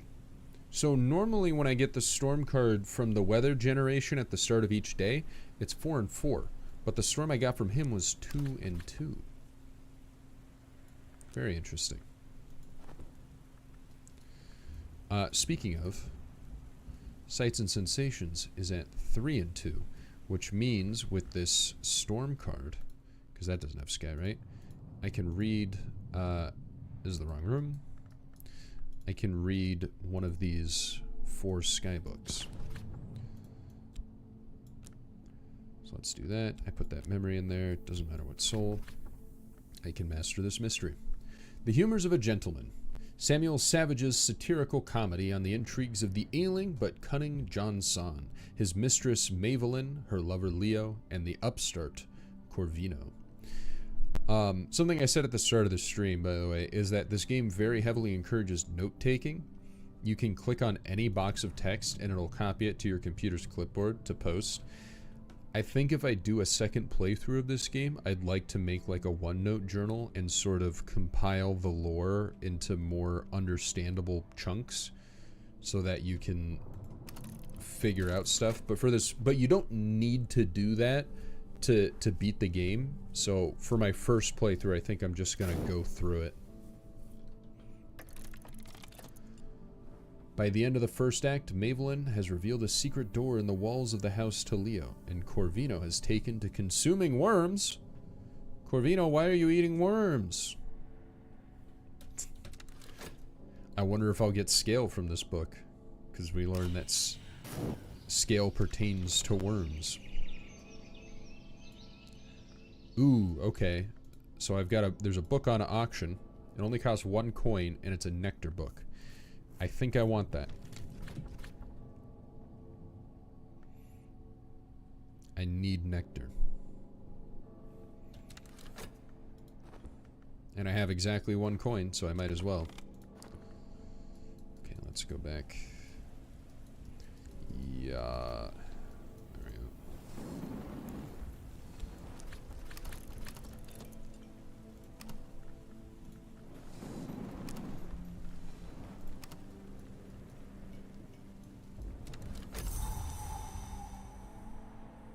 More sky. I can read the other 6 sky book. See, all I needed was that 1 skill, and now I am perfectly capable of consuming my entire collection of books, of Sky books. That's what I mean by, like, it's a slow burn until you hit these major breakthrough points. Right. I forgot about this, too. The Bisclaveret's knot. The Bisclaveret is the half-human hill child of these parts, and this is its sign. It's a thing, and it's a mark. A fragile, unstable trace. Interesting. Don't know what that's for yet. Let's put it in my bedroom. Oh, wow, it's large.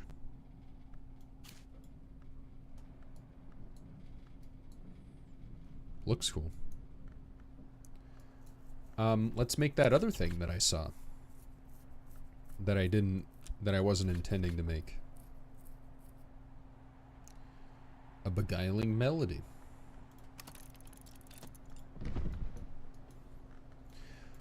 The really difficult issue that I'm having right now is that these crafting tables you want to use to... The main thing that you want to use them for is to combine your stats. So, like, I have 4 of these Shapt cards.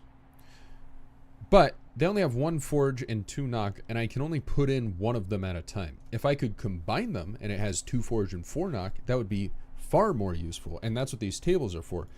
But each crafting table has only specific stats you can use them with, and on top of that, the skill that is required to evolve your stats has to be slotted into a specific school of study on this screen. So, for example, whoops.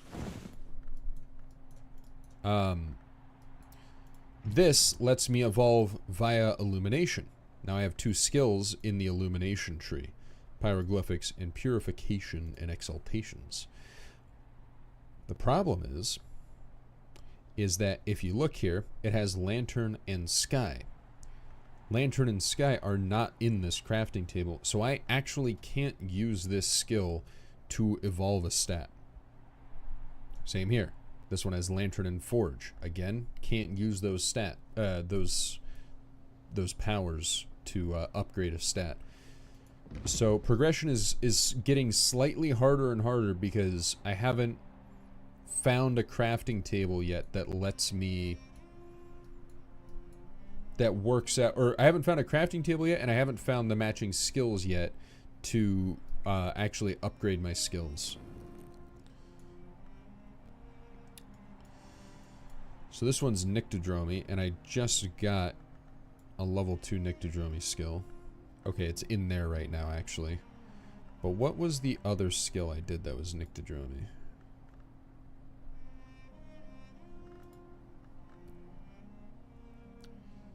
Sea Stories. See, and this has Grail and Moon aren't here. Ah. So this one I haven't slotted yet. So I can't use it yet. Probably because I was planning on saving it. My main tree branch is Scolicosophy. But if I upgraded it and I put it into Nyctodromy, it does have knock. So whatever stat this gives me in Nyctodromy, I could use it to upgrade that stat. So that's good to know. I had just unlocked this last session I played, so I kind of forgot I had this crafting station. But that's why it's called a crafting RPG, is because your stats are upgraded by combining, foraging for ingredients and then combining them together. It's very strange. Oh, speaking of foraging, you know what I haven't been doing? I've got these little things.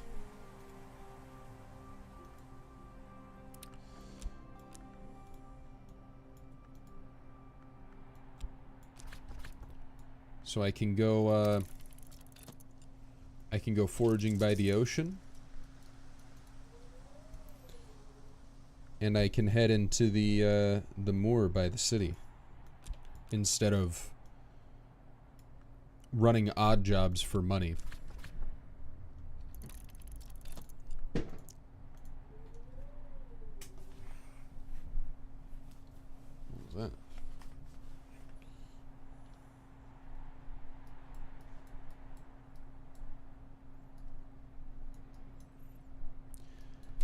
Usually you don't find books, actually.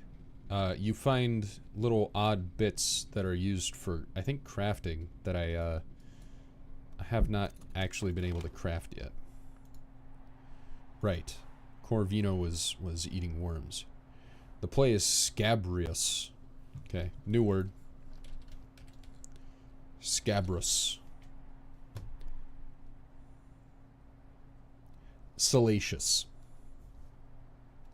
It's a raunchy play. The play is scabrous and occasionally hilarious. The characters are contrary and capricious. Many of the more resonant lines might well be formulae of power disguised in plain sight. Interesting. Imagine reading a play where some of the dialogue is literally magic spells.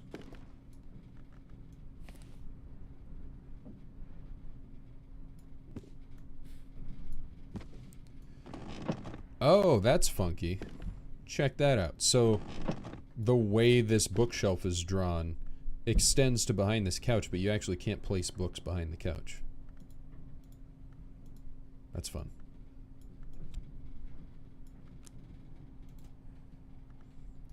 Nyctodromy, Sky and Winter. I don't think either of those stats were in this. Oh, Sky is. But I only have one fet, so I can't even combine it. That was the first time I got that stat. Okay, what else do we get here? The Echo, that's nothing. Fatigued. Gossip. Frivolous, but tasty. Oh, that's what I needed to read the Rose book. And a new skill. Sky Stories. Sky and Rose. We are making progress. I feel like I've finally broken through a large wall. With some good luck.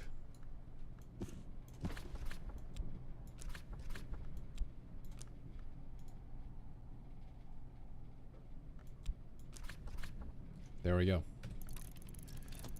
I'm just reading books left and right now. I'm not even depending on luck or anything. I'm just doing it.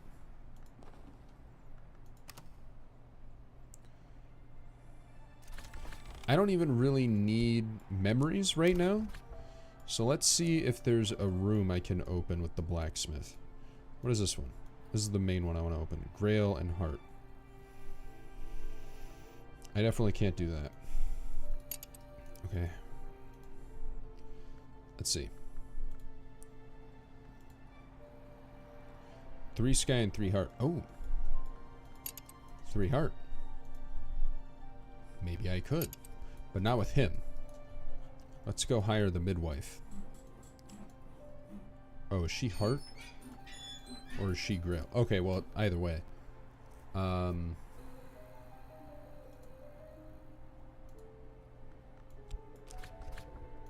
no, that's the wrong one. So I have to pay her a shilling. That's more than a shilling, but she'll give me change. A day's work is a night's dreaming. That's one way of putting it. She only has 1 heart. I knew she had heart, but I thought she had more. Because this was 5 over here, right? It wasn't 4. It was 5. And that gives 3. But I do... Actually, I can give her that as well. Okay. So yes, we can open that room. If I give her that, and I give her... oh, that's the wrong one. Talk to her about the weather. More useful than one might expect, especially in Britain.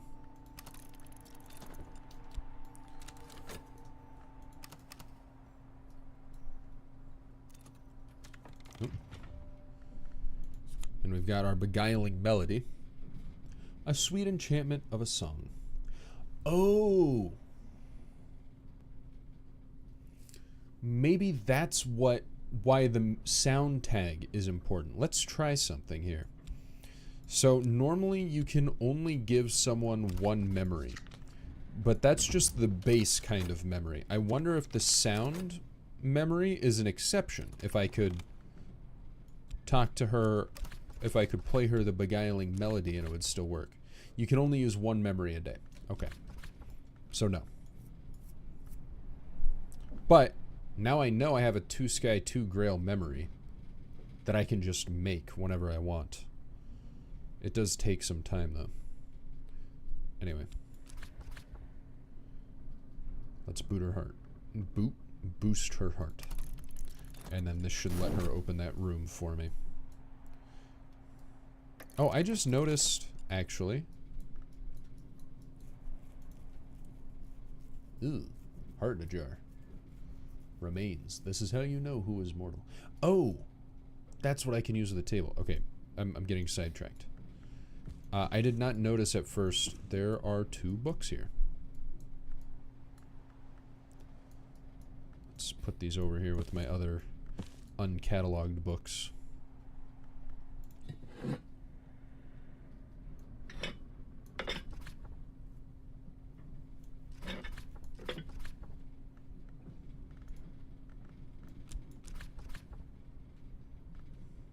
Okay. That's just a thing.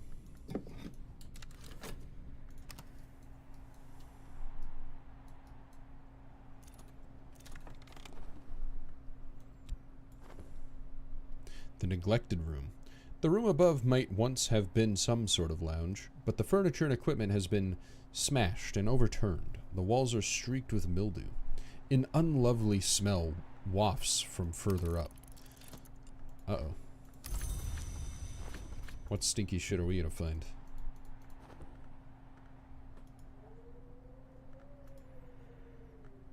Yeah, so I got a yew blank. A wood sacred to the malachite, who is also called the ring yew, but also the tree that the dead pass in the dark. It's surrealist poetic gibberish. It's so hard to interpret in any way that it might stick into my memory.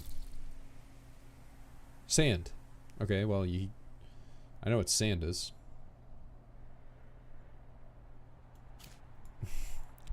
That one I know. I've got that one figured out.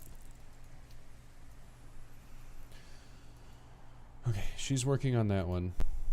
Let's see. He's got 2 forge. He's got 2 forge and 2 edge. So that's what it takes. I don't have any edge or forge memories.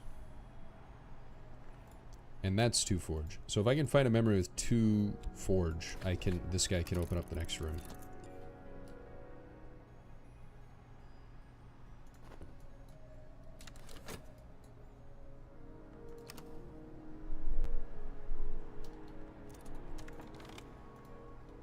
Nope, try again.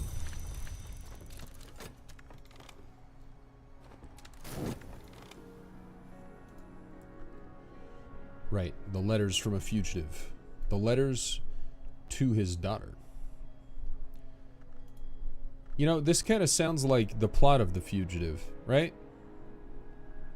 Except that he was calling his wife in that one, I think. Or he was avenging his wife. Haven't seen it in a while. I should watch it. I remember that being a really good movie. Tommy Lee Jones is chasing down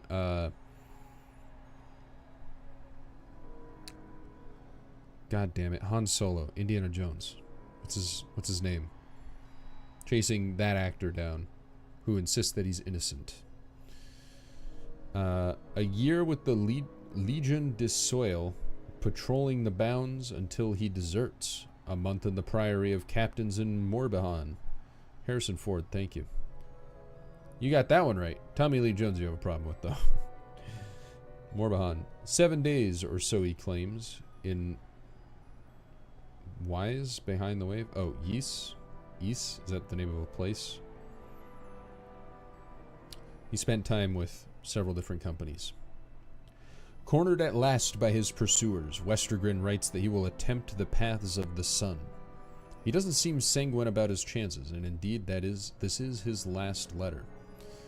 An editor's note adds that Westergren's whereabouts, or end, remain unknown, although he was supposedly sighted at the Christmas market in Vienna, the negotiations between invisible underworld figures that happen each year there in 1929. Give and take.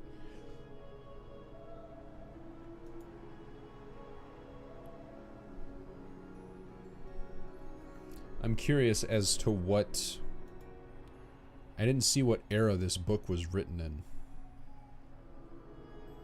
It doesn't say when the letters were written. So, like, what's the time scale between him disappearing and reappearing? A confounding parable. The moth, the grail, and the egg unhatching all tell different stories of the world's beginning. One of those stories is the oldest, but it may not be the first. Okay.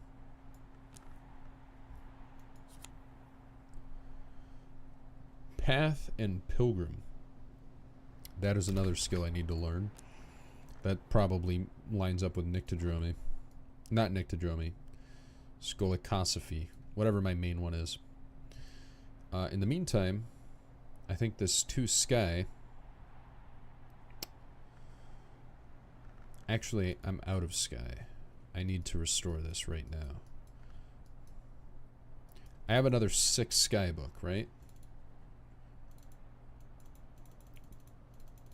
It won't zoom in.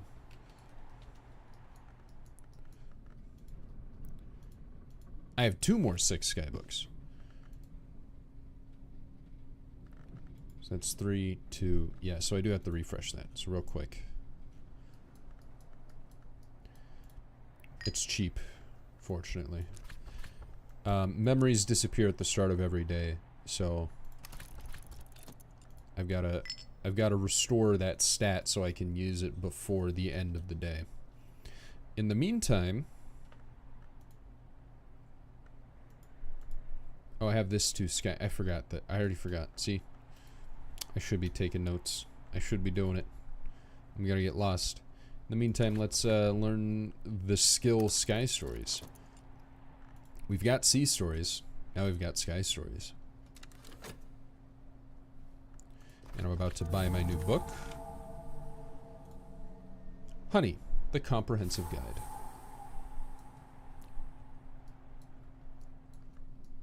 Let's put this right here. You're another winter book. I thought I made a shelf of winter books.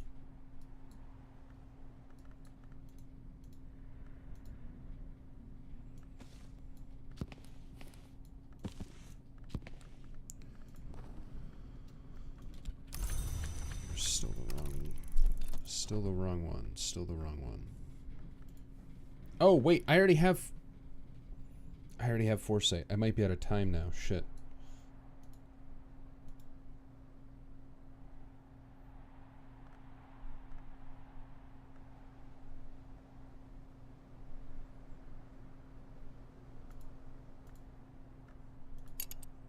I just put them in there. Sky Stories. Birdsong, Horamachistry. Okay, I need to do that. I need to slot it into Horamachistry because that's for the telescope to upgrade my my stats. And that gives me more FET, so I'll be able to do that. What do I get if I put it into Birdsong? Oh, I'd have to level it up to get it into Birdsong. Definitely can't do that. Alright. Well now, guess what? I don't need to... I don't need to wait on restoring that stat anymore, because I just got another one. So,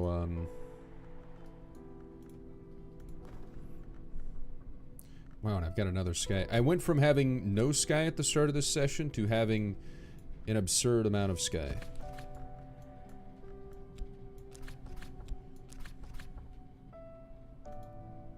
Wait. Am I dumb? What the hell was the stat that gave me Sky?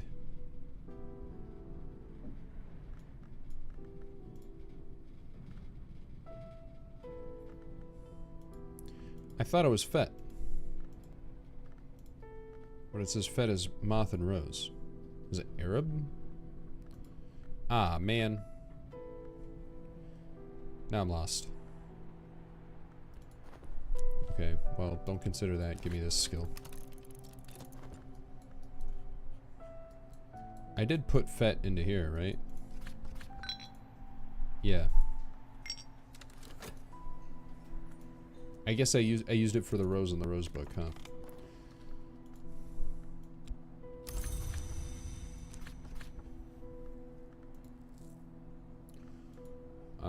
What was I upgrading you with? Forge.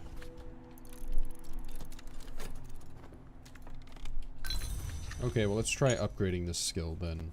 If I can't use it to read the book I wanted. Birdsong and Nyctodromy. 2 rows.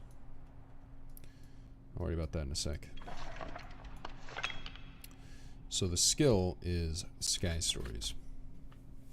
The stat is Fet.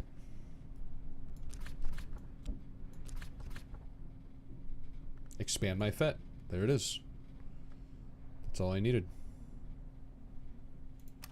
It's as simple as that. I've just... Oh, 3 minutes. Damn. That's the longest timer I've seen so far. At all. Just period. Across the entire game. Someone just leaked the full instruction. Oh, yeah, I saw that. It was what, the DA6 or something? DA7? I did hear that that manual, I read about it a little bit, and the specific manual that he leaked isn't actually confidential. It's just not freely available. So he spent the money to acquire it for the devs to make it accessible for them. So it's not, this time, it's not like an international felony espionage leaking of military secrets. It's just piracy. This time.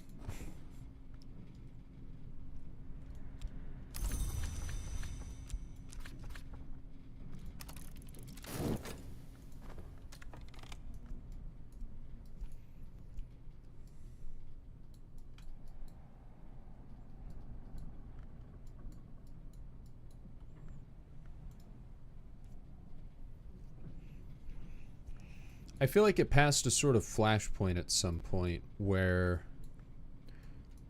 the third time it happened, it really just became, it turned into a trend rather than just a funny one-off thing.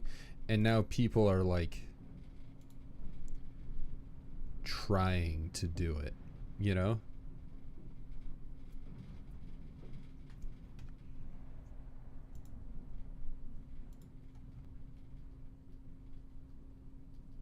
Oh, okay, that's a meme. I thought that was real for a second there. Yeah. Well, now, so here's what I'm wondering is how long is it until countries start leaking, intentionally leaking exaggerated specs? Like there's some confidential military document where they say this, they pretend like it's a big deal leakage thing, but in reality they made up the entire document wholesale just so that other countries think their technology is better than it actually is. Because you know someone's paying attention to, someone at every major power's government is paying attention to these War Thunder leaks, right? When does War Thunder get used for counter espionage is what I'm is what I'm trying to say.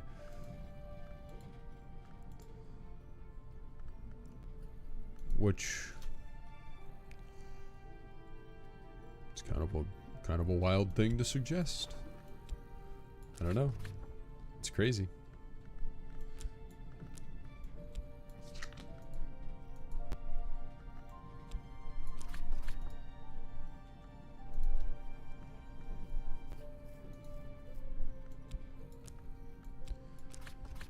I'm gonna upgrade this again, because if I put this to 4, then I can craft Beguiling Melody and use that in a stat to open all my skybooks. Or I put this to 3, 4 sky.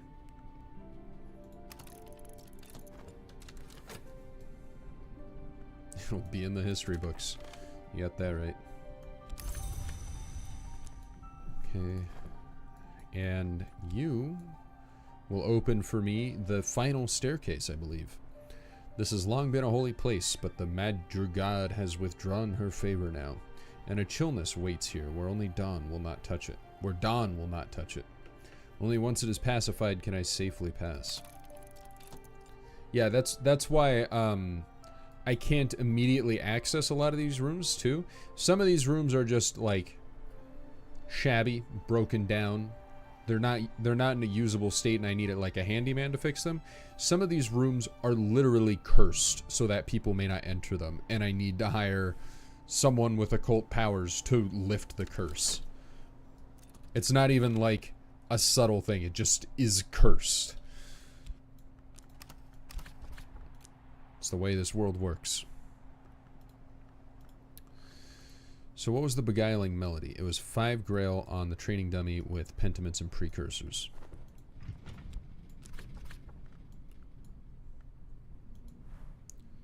Okay, I don't have my grail stat up. I'll just wait for dawn.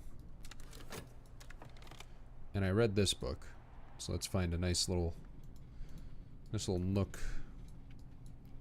Little nook for my book. Rose.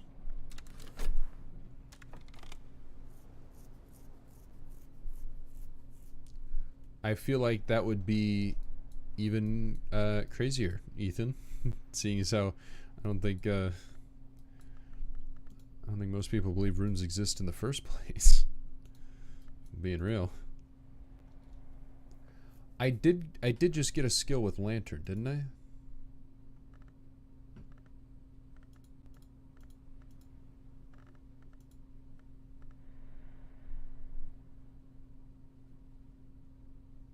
Oh, right. I was gonna upgrade this language, but apparently I can't.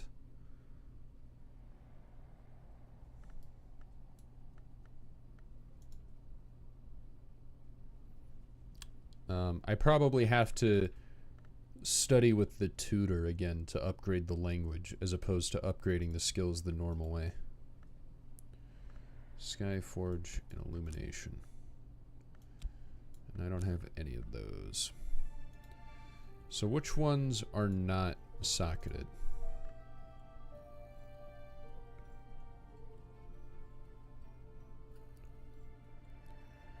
So Pyroglyphics, Path and Pilgrim, and Edict's Liminal have not been placed into a tree yet. And then the... You know what? Actually, can I can socket this. That is fascinating. The language itself can go into a slot. Oh, you know what? Maybe I can upgrade it. I just did it in the wrong... I can upgrade it. I just tried to do it in the crafting table and misinterpreted.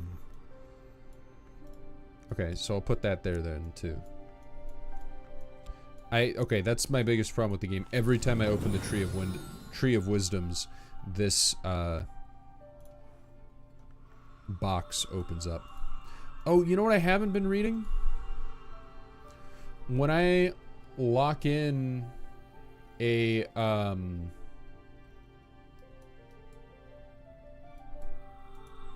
when I lock in a skill, it gives me extra lore on that skill.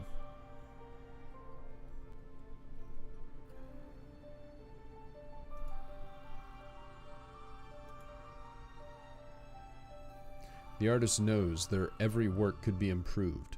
The artist understands perfect work exists nowhere. To go nowhere, to go below the world, is not an easy journey. But there the artist could achieve their utmost. I'm wrong. I have it backwards. The text here...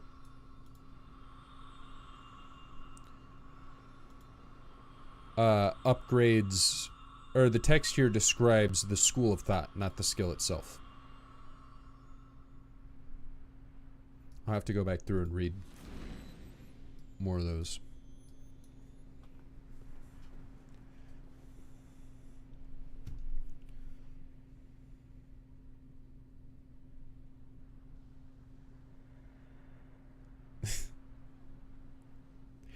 Yeah, pretty much Swede.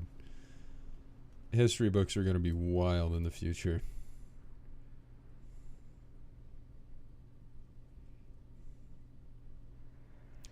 Beeswax and herbs.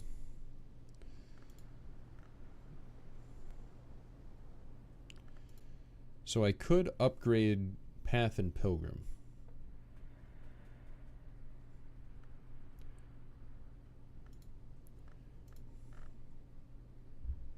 To socket it in. I could immediately socket it in Birdsong, or I could.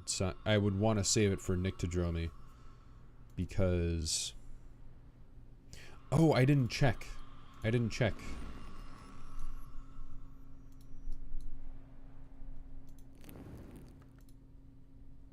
Oh, I did check, but it was FET. Okay.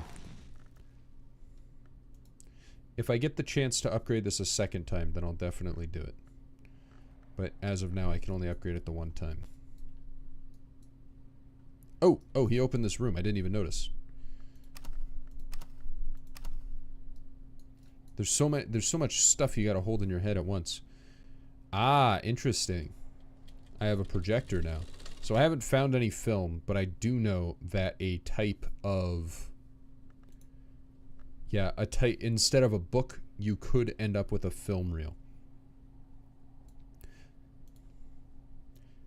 In this room, the accursed of the Great War gathered to recuperate. Those who had suffered something no more horrible, but somewhat more mysterious than the war's usual wounds to body and spirit. An eruption of worms, perhaps, or the risks at the military end of the Suppression Bureau activities. The Suppression Bureau, huh? Among them were minor luminaries of the invisible world. Christopher Olopoli. Oh, that was one of...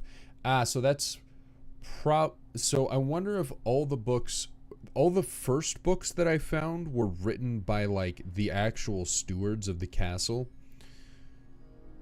I wonder if all of the book's authors in this castle have personally been here at some point, and that's why the books are here. Not that they acquired books for a collection, but just so many strange and interesting people have passed through this building that they've all left their mark in the form of a book. Because Olopoli was the author of the Travel by Night books that I just read. Christopher Olopoli, Zachary Wakefield, Harvey Haddington, but not Brian Levinson, who had been 9th librarian and under whose tenure the infirmary had flourished. He enlisted. He served for a time as a medical officer on the Western Front. His body was never found. So this castle at one point served as a hospital for the victims of World War I, but not for bullet wounds. For supernatural wounds. Fascinating. Projector.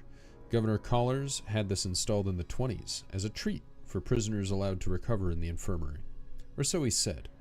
Rumor had it he was a secret Keaton fan and didn't want to motor all the way up to Exeter to see the latest feature. Okay. That's funny. Second flush of some tea. Eat more vegetables and do away with your medical troubles. Keep scurvy at bay. A chessboard. Born of Battles. Another cup of tea. There are some blank film reels, a lot of film reels in the back. I wonder if this book... Okay, I'm going to catalog this book, because I want to... Jesus. So far, all the books have been random. They haven't been placed in, like, a particular way. But I'm wondering if this specific book is just a guaranteed film reel for the sake of that. Ah, we've got another altar. Shrine. The Madrigad. The Madrigad is the hour which... Oh, so I read a book that said the Madrigad, and it didn't give me any context. Now we have a little context. The hour which cannot be unbalanced, which quells and quiets, which comes before the sun.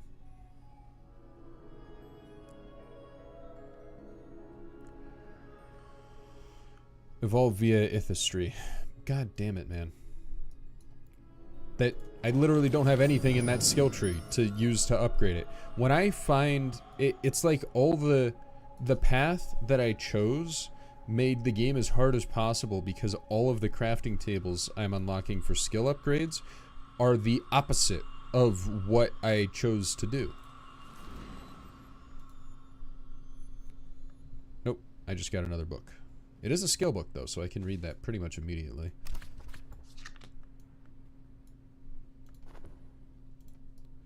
The Glorious Stair. Each stair tread is decorated with a quotation from the Book of Sons, so that the congregation may be edified as they ascend. The quotes are worn to half legibility by the passage of all those worshipful feet, which may be why some of these quotations differ troublingly from any orthodox version. It has of course been claimed that the Sisterhood of the Knot, who first held the Isle, also held a copy of the long-suppressed Shiritic version of the book. Heretical religious texts. Interesting. Oh, so this one section of the house belongs to this period.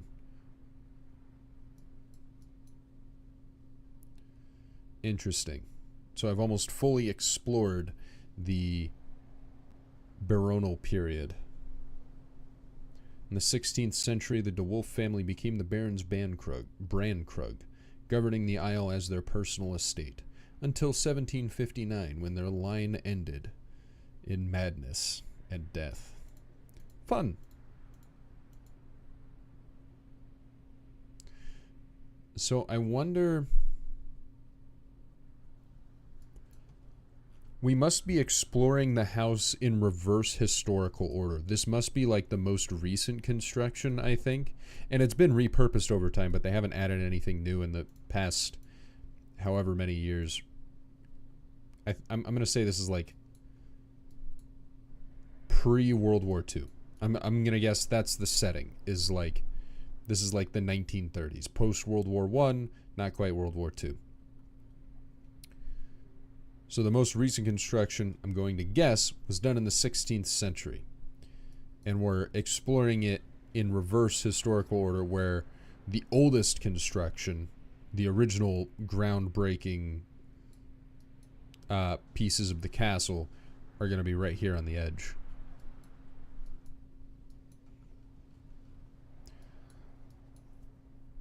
Anyway, what was I doing? Scale.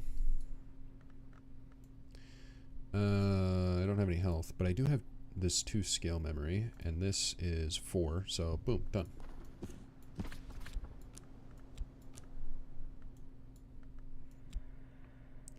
Doesn't matter what soul I use. In fact, I'm going to use the Despairing Tryst. Because the interesting thing about this, so regular Tryst is Moon and Moth. This is the one that was afflicted with the virus, but it reduced the stats down to just 1 edge, so it's actually 2 points less than the regular one and a completely different stat, but it can't be exhausted. Not a lot of things will take a stat that is tainted with a malady, but in the places that it can be used, you can use it over and over again. So if the stat doesn't matter, I can use that, and it's a free stat. I didn't look at what this next one was. 5 heart, 5 moth. And...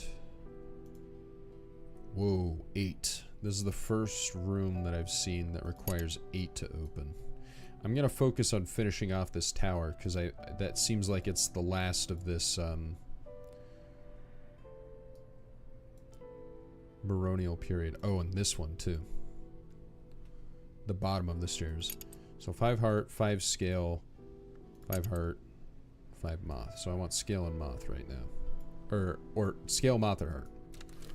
For my peoples. Daybreak.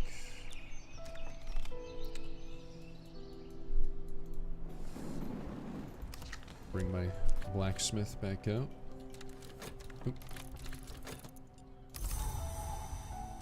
Snow. Sky and Winter. Ooh, 3 Winter. I might be able to read one of my 8 Winter books with that.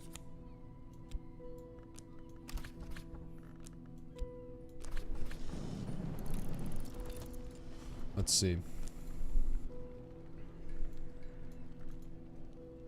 That's 6. And that's 2. I've got 8 Winter. So when I'm done reading this book, I can pull out the 8 Winter book and knock that out. I feel like this being a bone chest set isn't as notable. I feel like today that's really notable, but I feel like bone carving was like just a thing back then. Like it was just a good material to make stuff out of before plastic was invented, you know? Resin.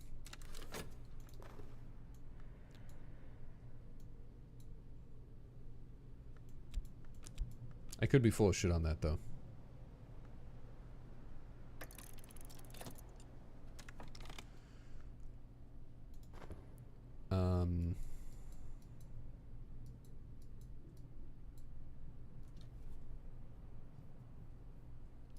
Well,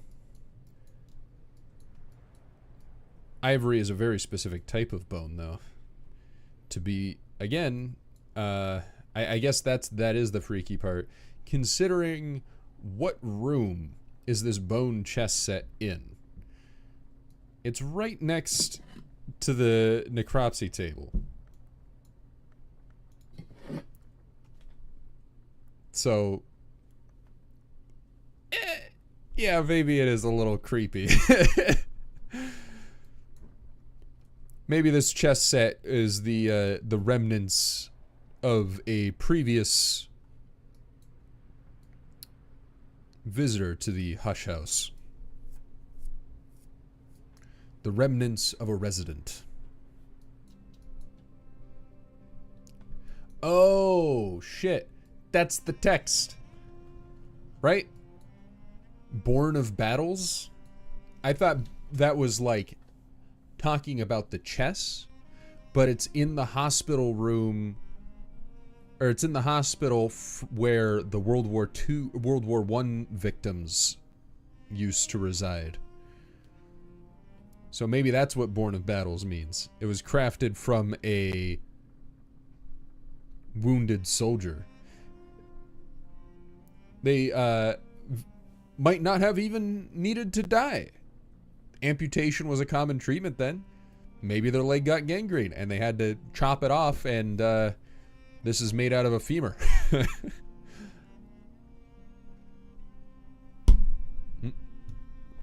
Sorry, I just slapped the mic. Actually, you know what? I'm gonna go get some water real quick. My throat's getting a little rough. This always happens the first time I stream a heavy reading game. I remember Disco Elysium, the same thing happened, where I had to, the first, like, 1 or 2 sessions, I had to take lots of breaks for water, and then, like, the third session, I was good. It's definitely a muscle.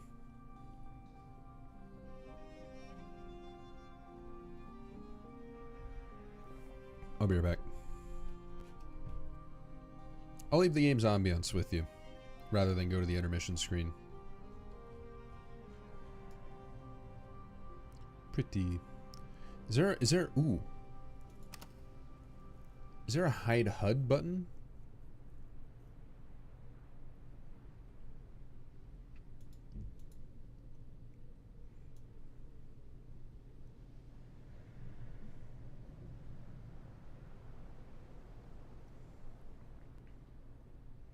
It doesn't look like it.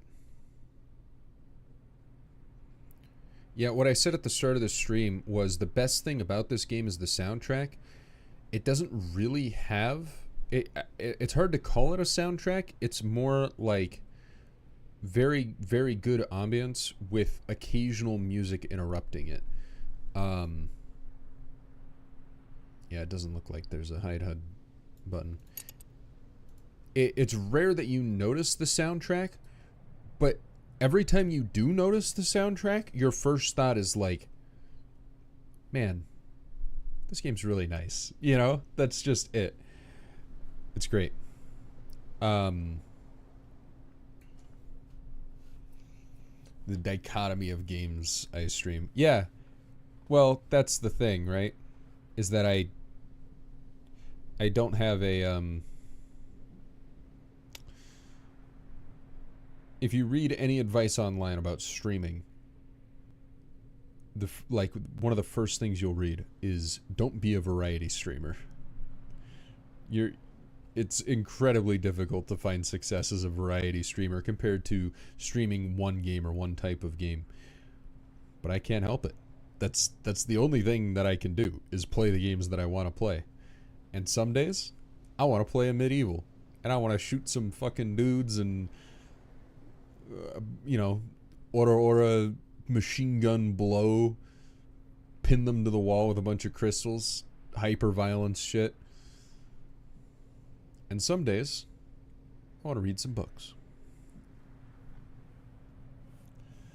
Okay, now I'll be right back.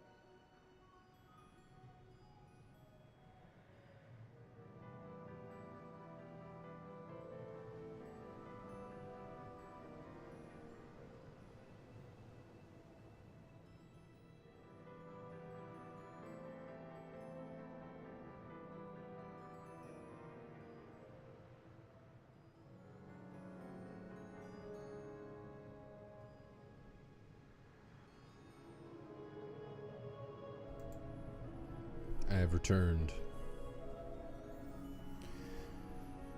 I'll go from a game like Dust to a game like Stardew. Absolutely.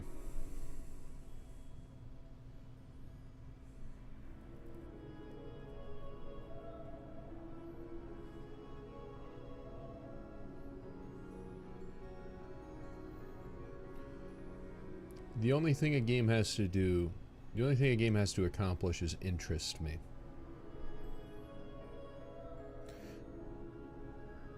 That's all it takes. Some categories of games require more effort or more, like, strangeness to interest me. For example, sports games. I hate sports games. I will never in my life play FIFA or Madden. Madden a little bit. I do kind of like football. I used to play Madden as a kid, like a very small amount. But I'm not going to go out and buy the yearly Madden, right? But Blood Bowl, on the other hand, now that's a game that interests me, you know? But at that point, I guess then it's not really a sports game anymore. It's a turn-based strategy game. You think a game like Knockout City goes under a sports genre? No. Not at all. I think... No, not at all. I think a sports game requires command of a team, at minimum. Like, even if you're playing baseball, you're still...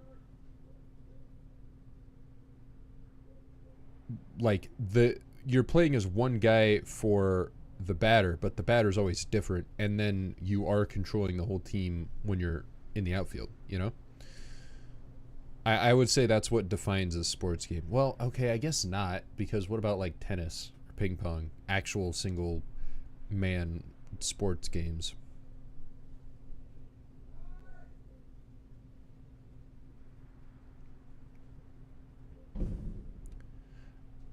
I would consider Blood Bowl to be a sports game, though. I was going to say that it has to be a real sport. Blood Bowl is, like, kind of real football.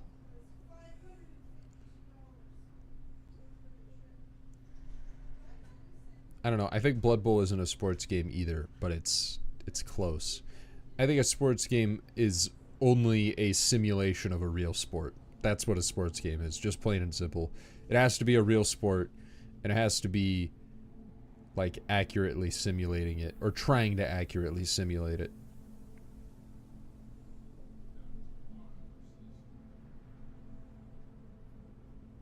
Blood Bowl is based on real football, but it's not trying to accurately simulate what playing a real football game is like, you know?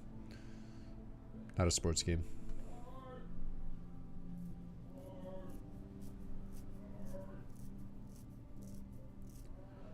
Well, yeah, so that's another good question. Is Mario Golf a sports game? I've watched Northern Lion play a bunch of Mario Golf.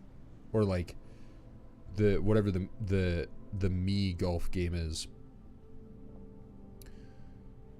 It's close, but I don't think it's trying to accurately simulate golf compared to, like, a Tiger Woods game, you know? Like, that is trying to accurately simulate golf. The Mario game is based on golf, but it's not trying to accurately simulate it. It's just to a degree, just so that it's fun. You played a football game.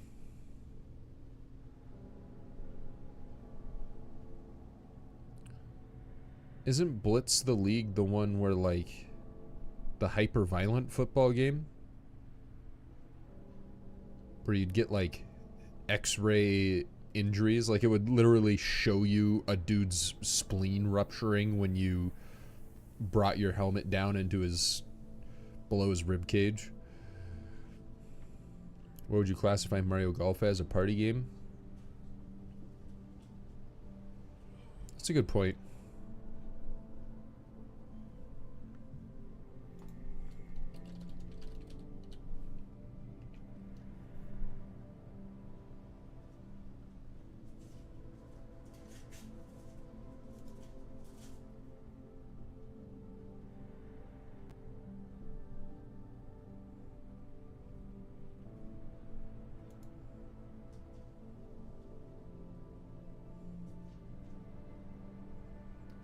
I guess Mario Golf is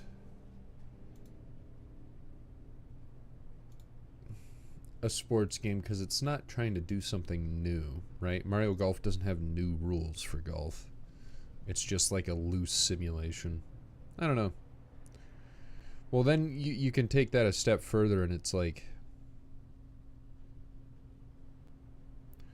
what constitutes a sport, right? Like, is a WWE game a sports game?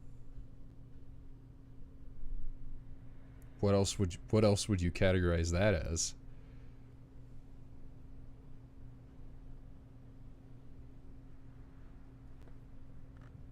Anyway,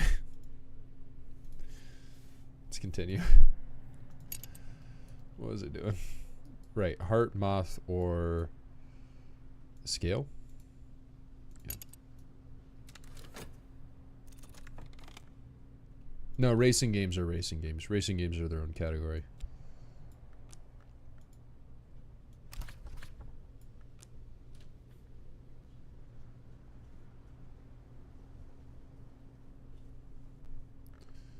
Two rose and two moon.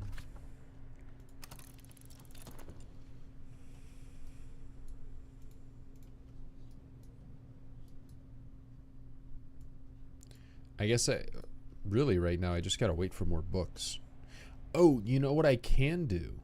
I forgot I could do this. I can use the desks like consider when it comes to reading books. So where's my 8? Yeah, you. So if I bring this winter book over to this winter desk, then I should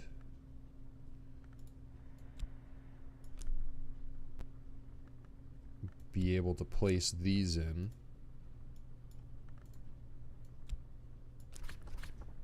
Yes, so I can actually read more than one book at a time.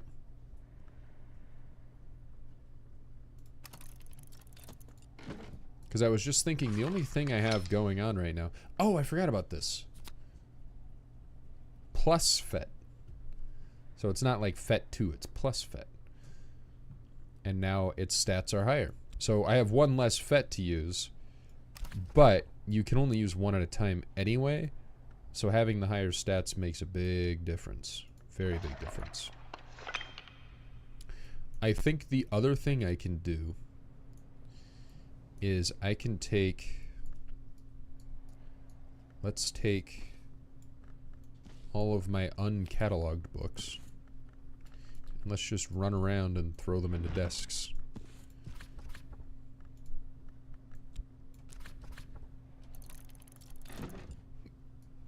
I don't have to do things one at a time with just consider. I can...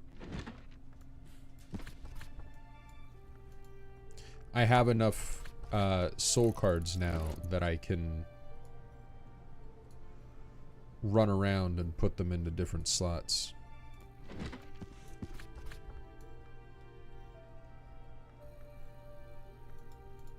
You know what, just for fun while I'm doing this, I'm going to have this play at normal speed.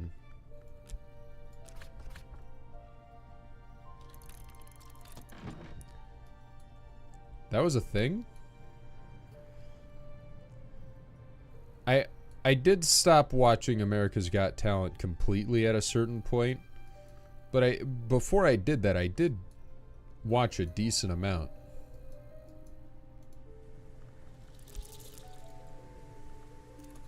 And I don't remember seeing a guy that could instantly read books. That's wild.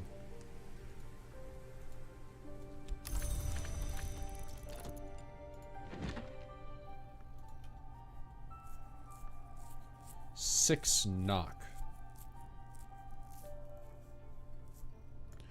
I don't have a lot of knock, but I have a decent amount, I think.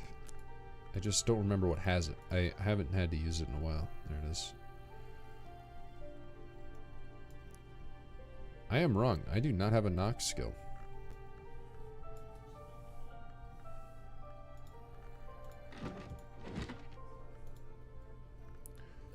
Grail.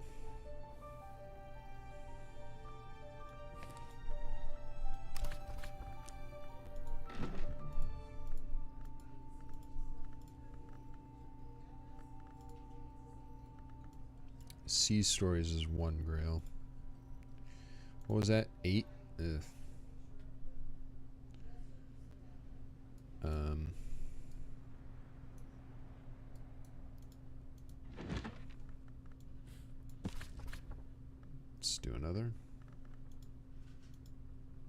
can't do another. I only have health.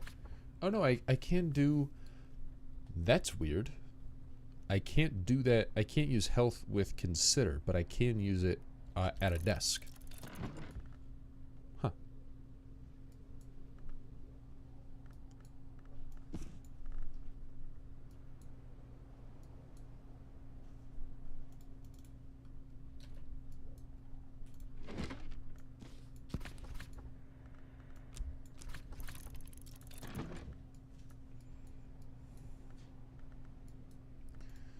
So these are both 8. No, that one's 6. So 6 I should be trying to read. I'm going to put that up here with my other 6 books.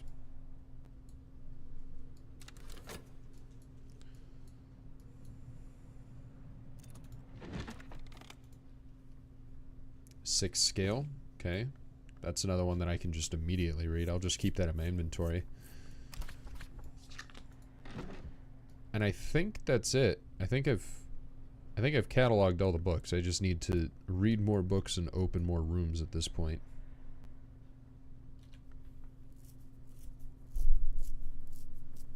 I'm just double checking my most recent rooms that I didn't miss one.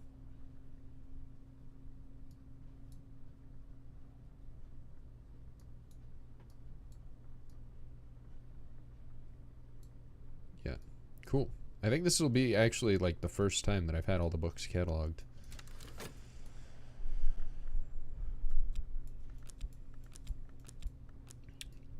Works a lot faster when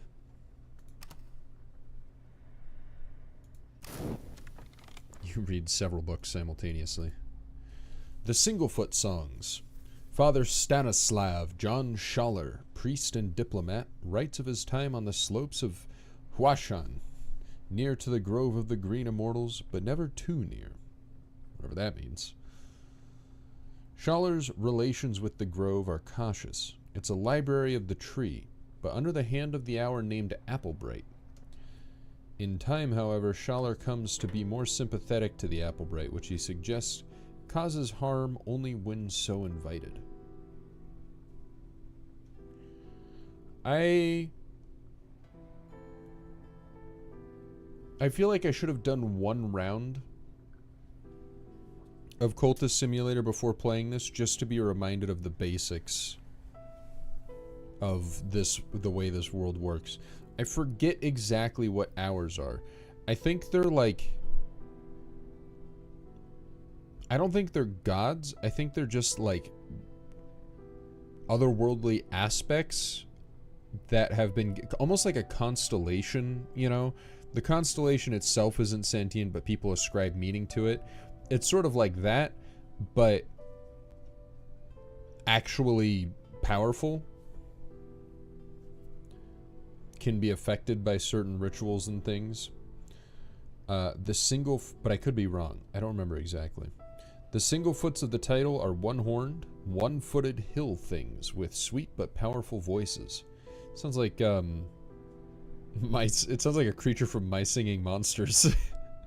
Powerful enough to open the mountain. The Singlefoots sometimes trample pilgrims, sometimes heal them, sometimes coerce them to enter the mountain and become Singlefoots. Schaller explains that when he found this last becoming too tempting, he decided to return to his homeland. He was tempted to be transformed into a singing pogo stick.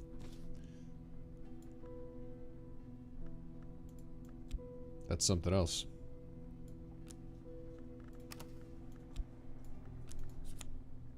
A savage hymn. A music that urges valor and violence.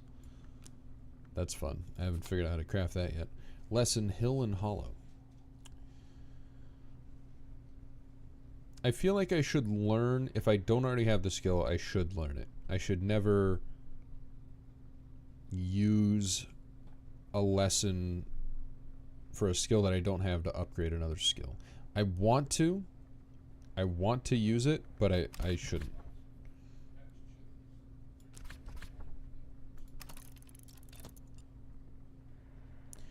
Ours are the incarnate principles of the world. Yeah, so I was kind of close. They're a principle, but given like a shape and a name and a form.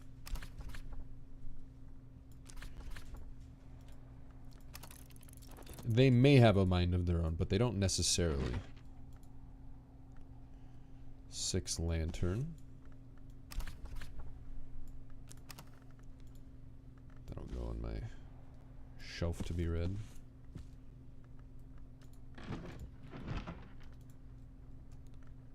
Six winter.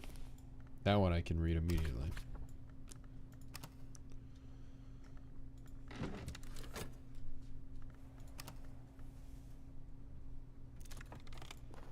Now we continue to let the time pass.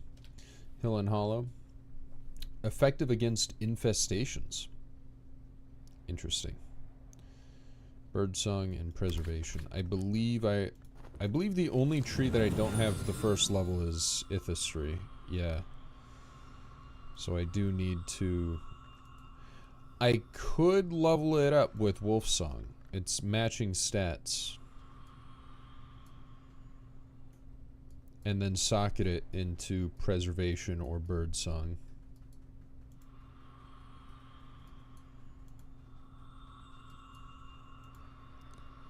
Healing, restoration, renewal, music, riddles, miscellanea.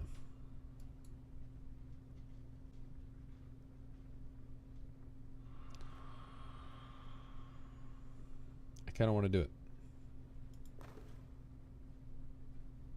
Let's do it. Let's do it right now.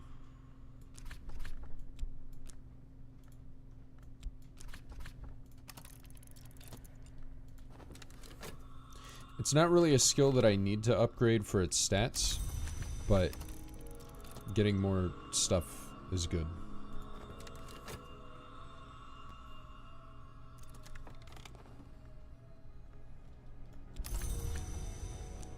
So what can I get? More health? Ooh, I don't have this part yet. Core. Chore.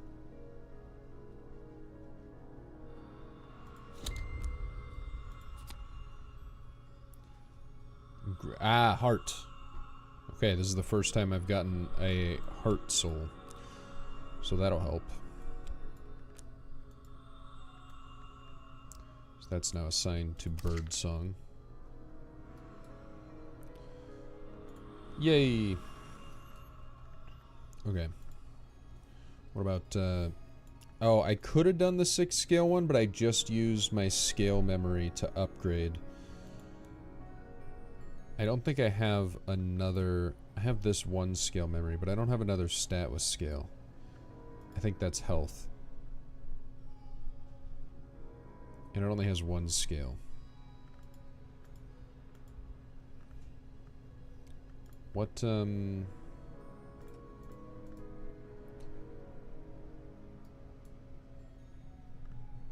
if I get... I think fear has 2 scale, so if I get memory fear here, I can do that one. Let's... How about winter? That has 2 winter. I need 6 winter. 2 winter, 2 winter, 2 winter. I don't remember. I wish it told me what stats these traits had when they were fatigued. I think it's Trist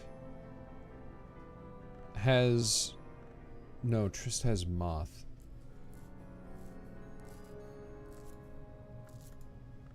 No, Trist has winter too, though, doesn't it?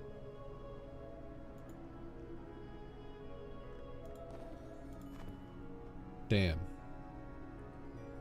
I don't remember. The day's almost over. I'll just wait for tomorrow.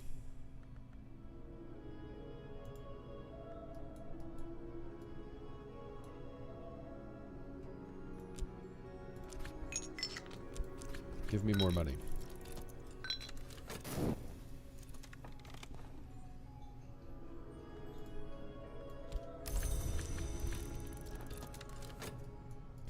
Oh, and now that I have chore, I think I'm gonna call it chore, because core sounds like C-O-R-E, you know?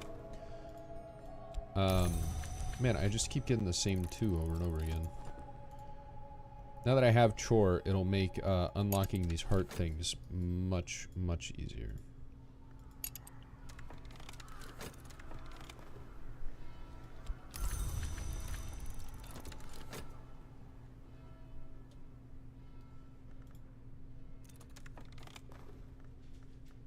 Really, dude?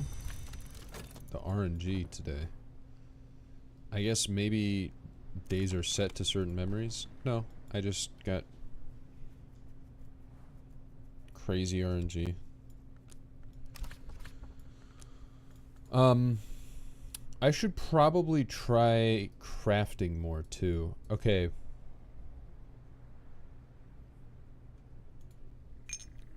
Crafting is something I should note take for, I think. I don't think I'm going to be able to keep track in my head.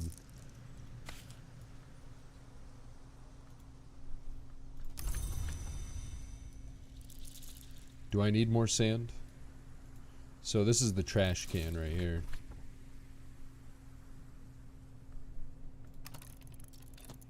I don't need more sand. Oh, I forgot I was learning a winter book.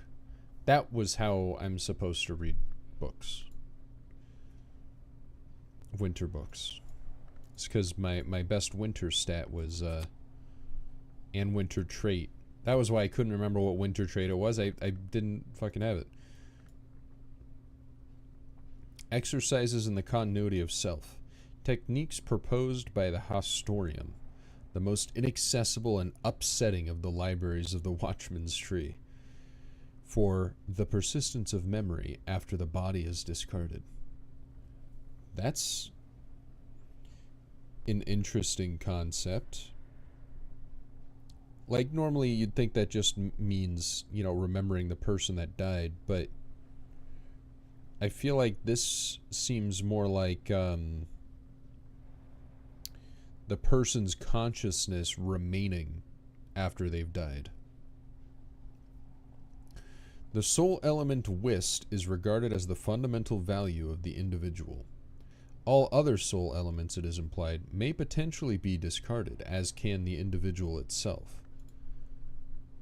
Interesting. Name memory, the part which remains. So maybe people are like, I don't know, let's keep reading. The Hostorium expresses the grudging respect for the hour called Elegiast, who calls each of the dead by name, but also concern over the Elegiast subtlety when it chooses to inspire particular interpretations of histories. The Hostorium proposes the use of nowhere energies in distracting or discouraging the Elegiast in order to assure that the persistence of history remain unalloyed. That's an interesting phrase. So first off, nowhere energies. There was that phrase that was talking about like the route to nowhere. I thought that was more metaphorical.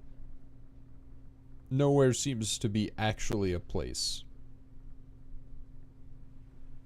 Or like a physical concept in some way. It's interactable. When you capitalize nowhere, you're referring to it is a proper noun. It's referring to a very specific thing, not just the idea of nowhere. Second, that choice of wording at the end of the sentence, the persistence of history remains unalloyed. I think the Dragon Break comparison I made earlier in the stream is more and more true, right? Alloying is combining like two metals, right? Saying that they're trying to make sure that history stays unalloyed, I think implies merging two timelines so that both are true simultaneously. I also got 2 lessons from that book, which is very nice.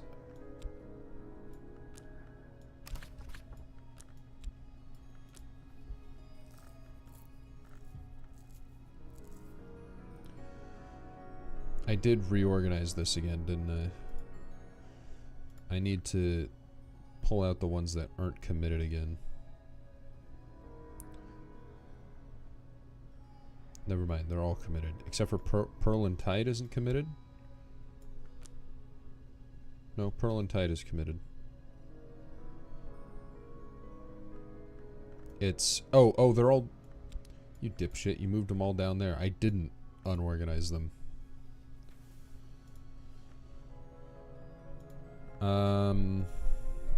So the only one I can upgrade with this is the language, but I do want to upgrade the language.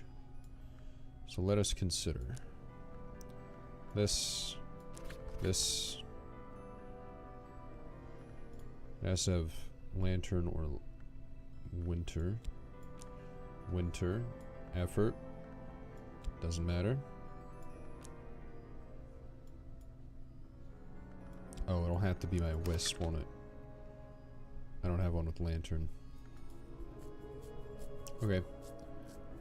Wait till dawn.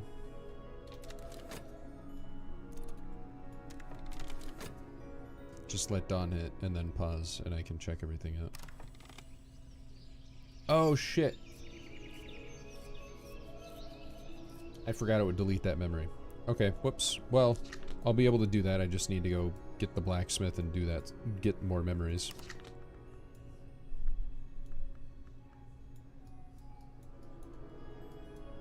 Yeah, pretty much, sweet. I just forgot that they were down here. I was like, where are all the skills that I needed to... I thought I just jumbled them in again, but no, they were hiding. Peekaboo. What else do we have here? Oh. Well, yeah, of course. Wait, didn't I put... What did I get from this? I guess I didn't do that one.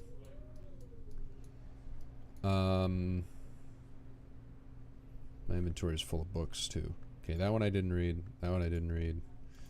Let's read this one.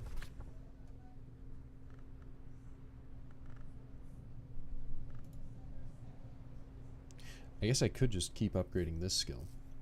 But no, I have illumination books. I want to upgrade this one for... because it'll upgrade lantern. And because I can socket this one.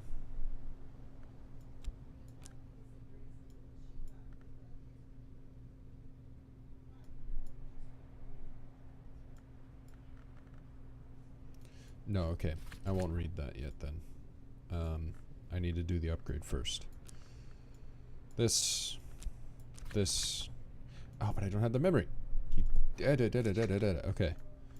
I just gotta... Oh, can I do scale? Actually, I might be able to do scale.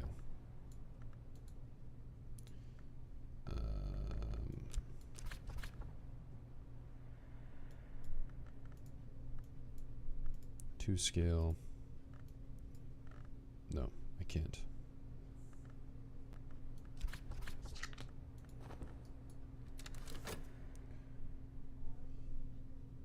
Where's the weather?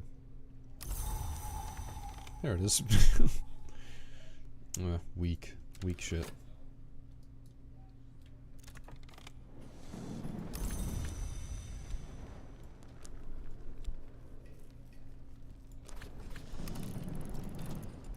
I think I'm going to go to the bar,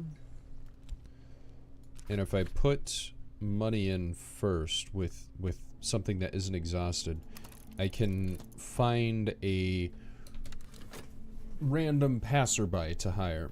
I think I'm going to start doing this to help me open these rooms a bit faster now that I'm sort of out of books. Oh, and in the meantime, let's experiment with crafting. So I'm gonna need to make a OneNote journal.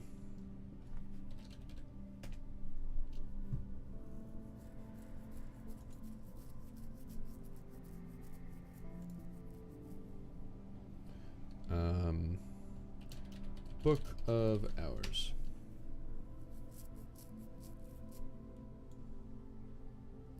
Doesn't Steam have a good note system now? It has, I mean, it's alright. It's good for, like, quick notes. Where's the...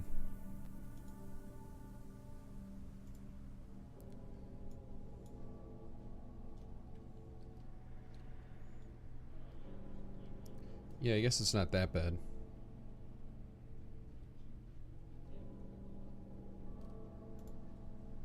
I consider this more as like a post-it note thing.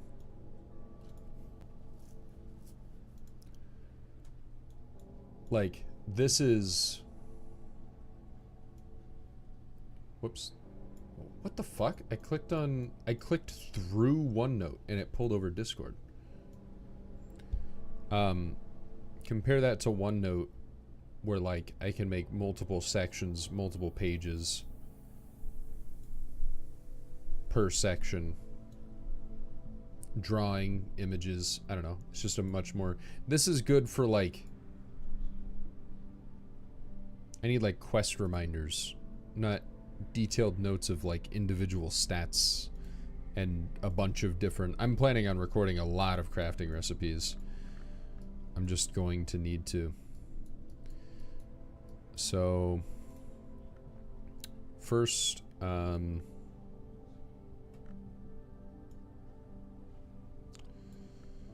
it's going to be, I don't even know what to title the page, but it's pentiments and precursors. So there's, man, maybe an Excel sheet would be even better than this for this purpose.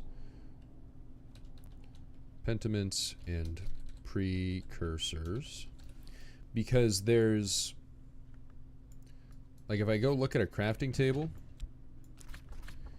there's 2 stats, and you can craft with each stat, right? So I can craft with Grail or with Scale. But then there's also 3 tiers of crafting. There's 5, 10, and 15. So that means that per skill, there's 6 different items. I don't think every skill has an item for every tier for every stat, but there's still a lot. They might duplicate too. They might not all be, it might not be 6 unique items for every skill. So we already know pentiments and precursors has 5 scale makes this thing, the Bisclavret's knot, which is 1 moth. I'll probably figure out a better way of writing this down, but I'm just doing this real quickly right now.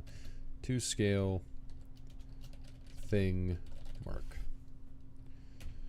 and then 5 grail.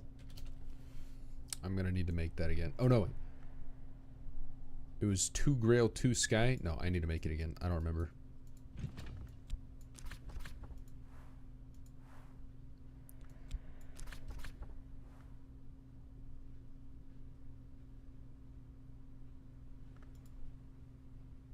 Oh, that's not enough grail. Arab is 2 grail. There we go. Beguiling melody. I remember it was the melody. I just don't remember what its stats were. Okay. We're doing that now.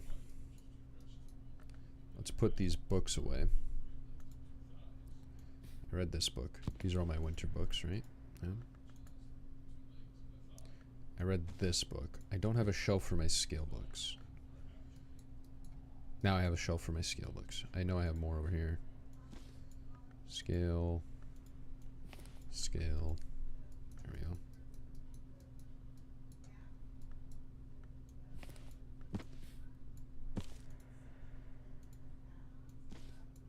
I like to organize them by value, left to right.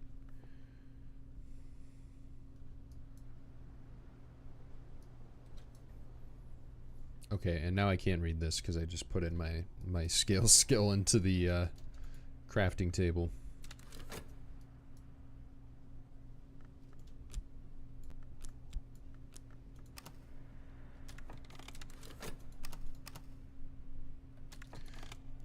You know what? Let's go over here to do one of these.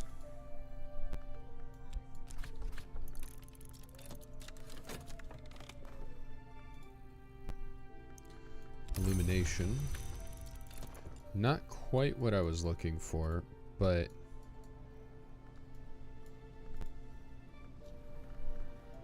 no.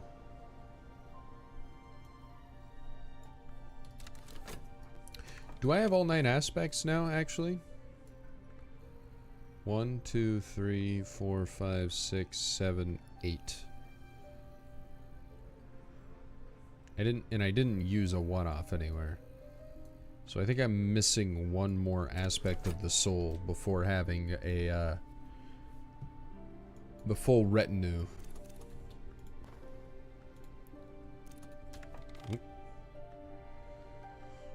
Regret to winter. Okay, that's what I needed for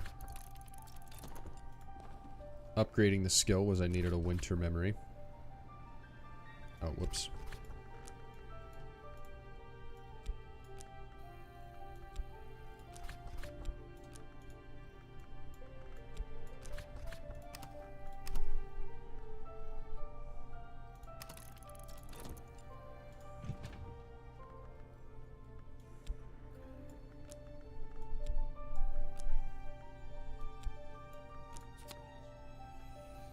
Okay, I was right.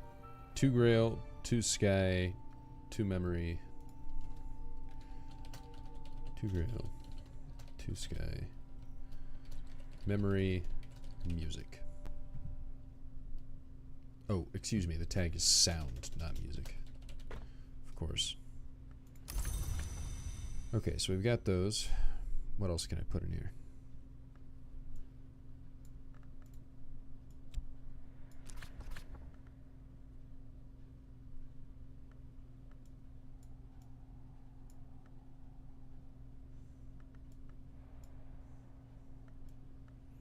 I don't have any scale memories to put in here to get to 5. Edge. This one's got edge. I can definitely do that. That's, oh shit. I don't have a trait with 2 edge, huh? Okay, then I can't do it until I get another memory. Edge, heart, and winter.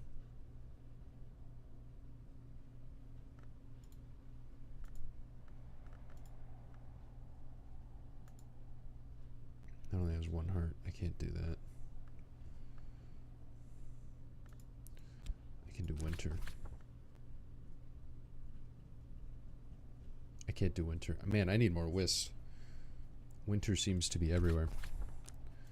Okay, let's try the telescope. Different stats.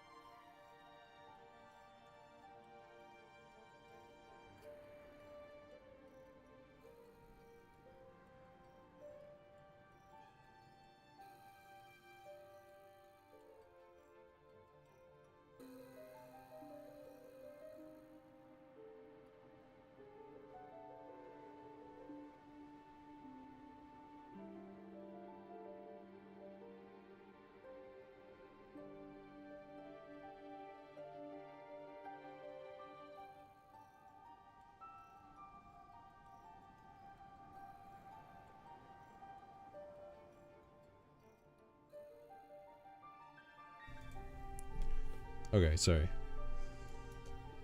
Just a short conversation with my mom. So I got the random guy, the traveling musician.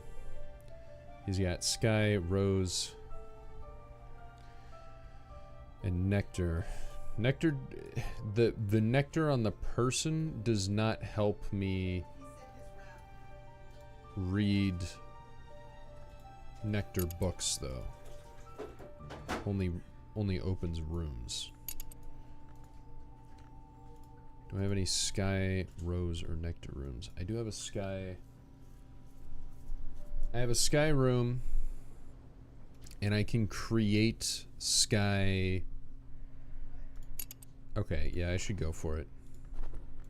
I'll hire this guy. 24. What's 24? A shilling? No, it's a florin.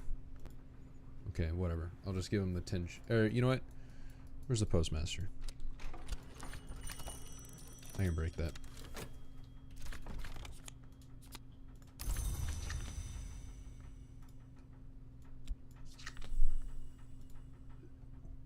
Yeah, there we go. That's what I needed. And then I did find a crafting recipe I could make, the awakened feather.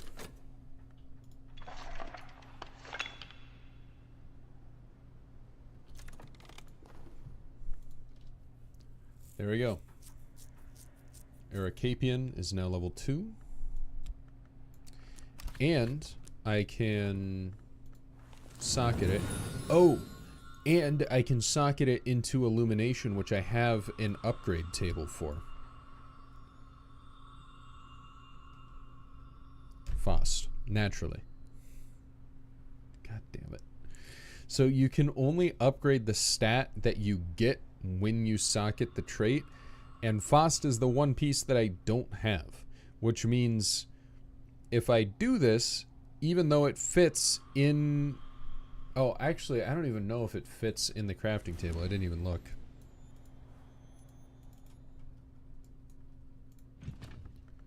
It does, because it's winter.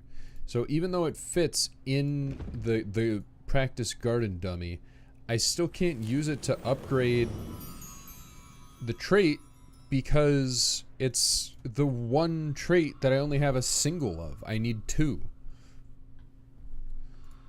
What's the other skill? Hushery. Gives me Trist. I don't really care about getting more Trist, though. I do want Faust.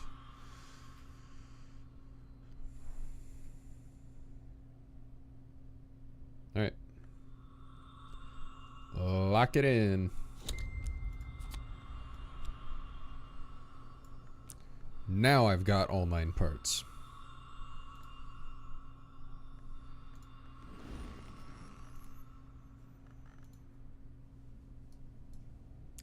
And you know, I could upgrade this again.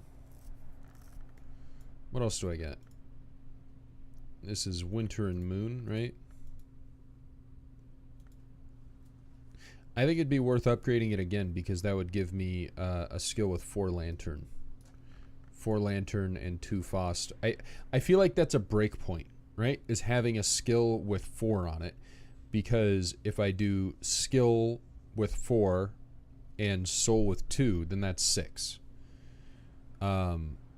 Which lets me do all 6 books, all 4 books. And puts 8 books within reach with the right memory. That gives me 2 in a stat. So I think that's worth it. Speaking of 2 in a stat. With that, okay, so I'm going to talk to you. Here's your florin. And with that, I can make a guaranteed pass. Actually, you know what? Do I have a bigger... I could do a bigger illumination book, I think.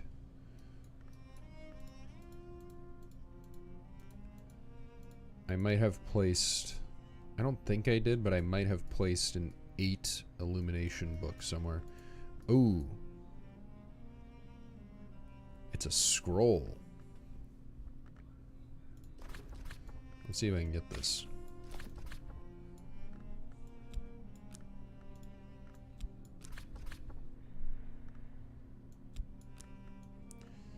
7. And I don't have another soul card, and I don't have another memory.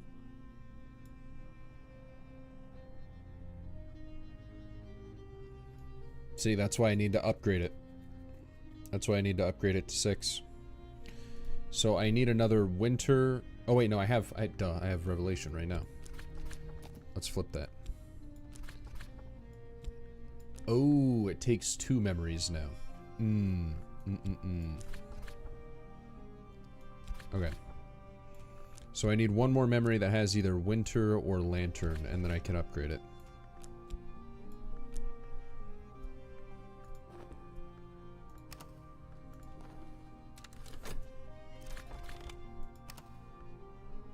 Hired. 4 nectar, 4 rose, 4 sky. Wasn't that one? So 6 sky, and I can give him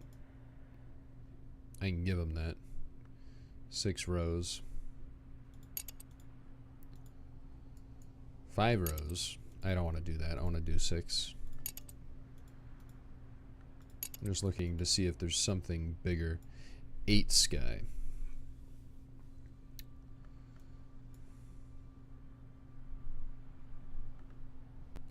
And this is only 1.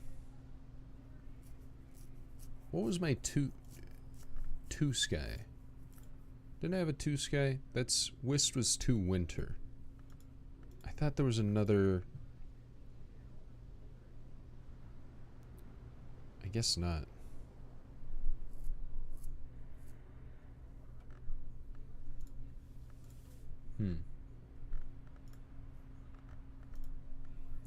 Shame. That puts that out of reach by just a little bit. I guess, okay, I've been avoiding doing it, but the other thing you can do is you can give them items. And that item is like permanently gone. Oh. Is that the one I need? Does that work? Yes, if you give them a tool. Yeah, if you give them a tool, it doesn't destroy the tool. So I can actually do that 8 room. Let's go crazy. Let's go for it. So first I need the 2 sky memory. So that's the ballad. That's 2 grail here.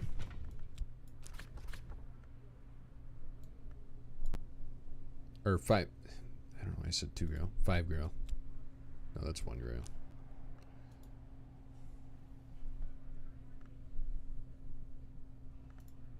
That's 2 grail. There we go.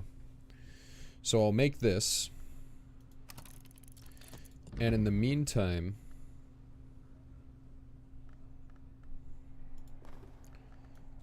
I'll give him. Wrong one. In the meantime, I'll give him Fost, because I have to do a lot of combinations on him before. I don't want time in the day to run out. So that'll bring him to 5. Then this tool will bring him to 6. And then this memory will bring him to 8. And I'll be able to open this gigantic hallway up here. I wasn't planning on... That wasn't what I wanted to do, but that's the way it worked out.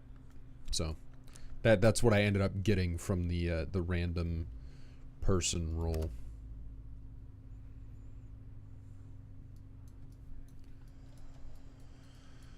Okay, let's look at these other crafting tables.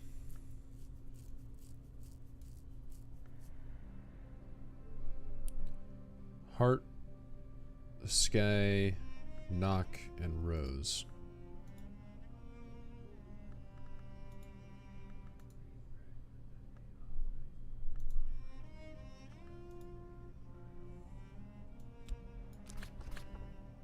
I'm killing it on the sky right now.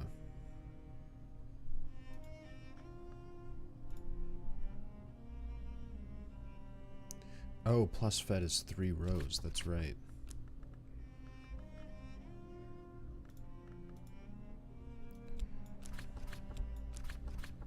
Salt sign. Okay, there's something. On to the next one. Forge.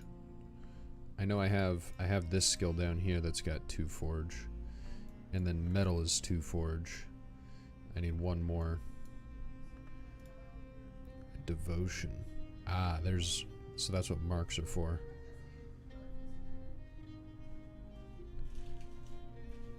Interesting. I wonder if I can make sacrifices.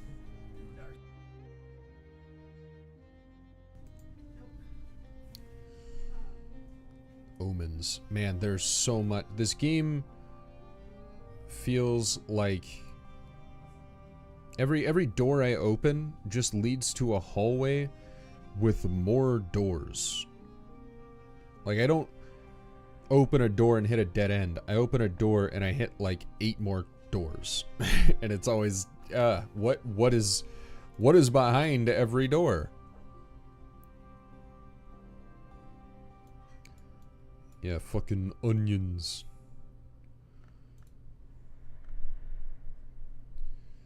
So I need more memories. I don't think I'm going to be able to get more memories this day. I have the desk which let me consider more, but I only have the 1 talk action. I don't think maybe I can put them in here. No. Yeah, I only have the 1 talk action. And talk is my main way of getting memories. Oh! No, it's not. Is it? I haven't done this before, but I remember... Let's try this. Let's see how this works. If I reread a book...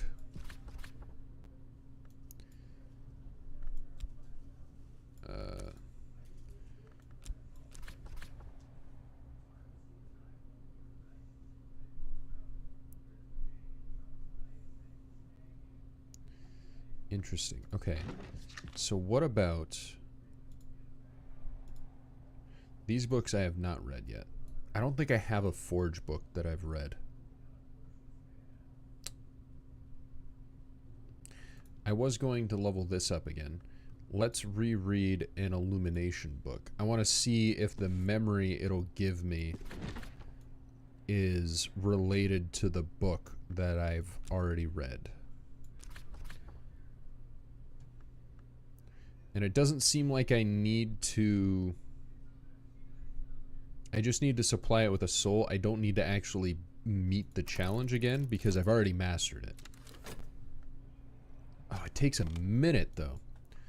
When I put in the blacksmith into talk, it takes 30 seconds. But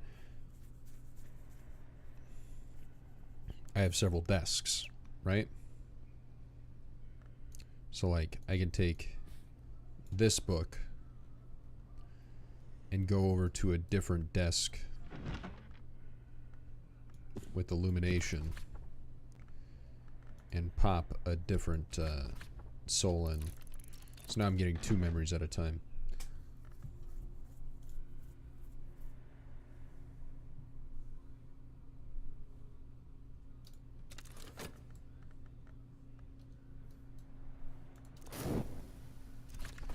Okay, so this guy's done. Now I need to go over to the tool.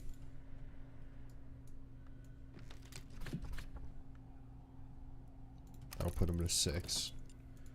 I've got a crafting table done. Wood.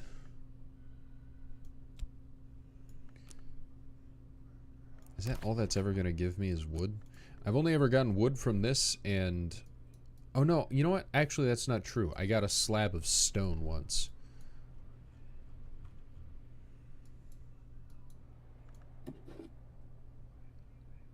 Where can I place this? There. I just don't want it in my inventory. I guess I can possibly run out of places to put things. Which is why the trash can is important. Just so that you can't soft lock yourself, right?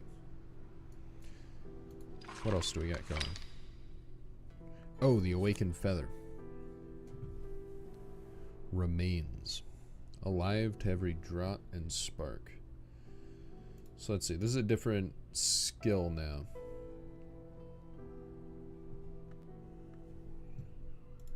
So let's add a page.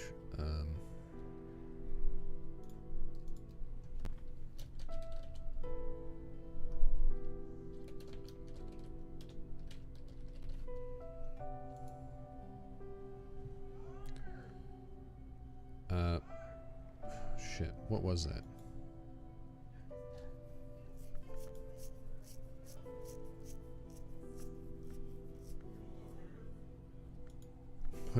What did I use to make this? I've already forgotten. It says I've got 6 sky, but that isn't counting the feather.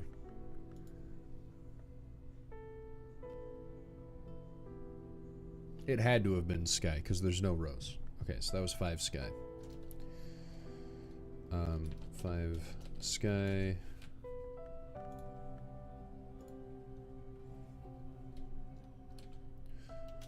One scale. 2 sky. Thing. What is that symbol? Material. Material. And then remains.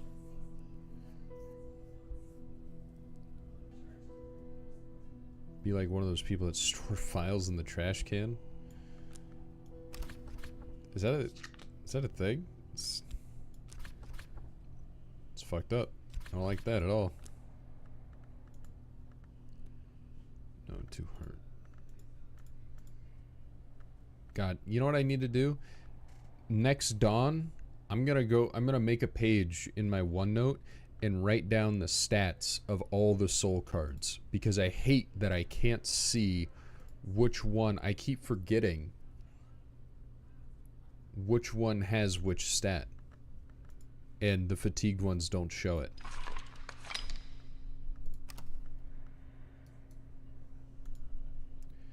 That feels so intentionally obtuse, Swede. That feels like that person is spiting their IT person. That's the only thing I can think. Okay, I have sights and sensations back.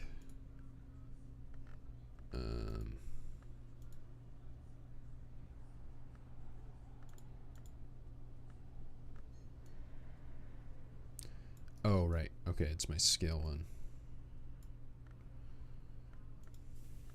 Need more whist. Let's go make more money. The people are expensive.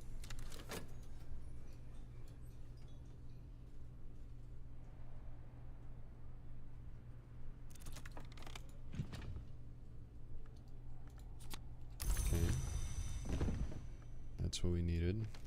Put that in my inventory, put you back in there. Beguiling Melody. There it is. 8 sky. Beautiful. Okay.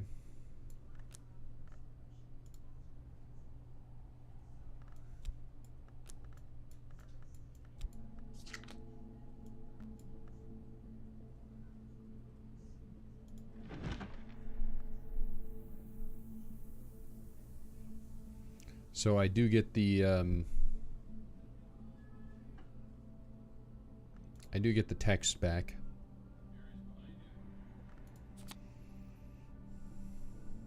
And it did give me a light-related, an illumination-related memory. I can put that back on the shelf. Put this back.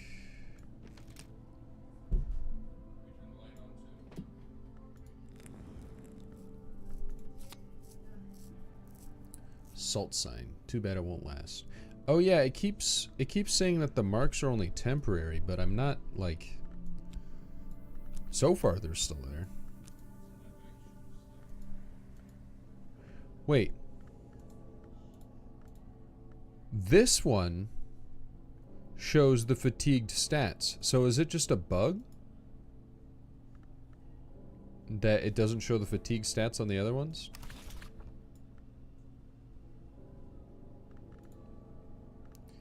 And that one was Rose. What was that? That was Pearl and Tide.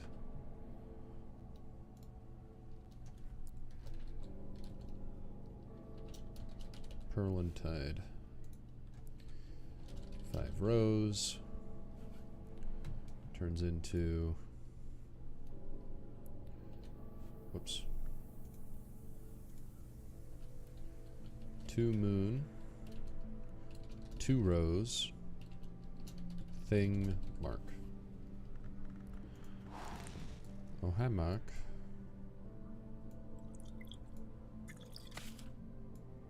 Put you on the other side. There we go. Now I've got marks bookending me.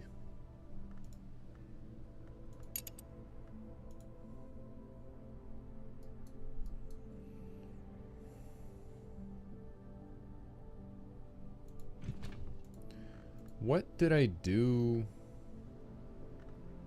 Didn't I have another revelation memory? Did I use that one up?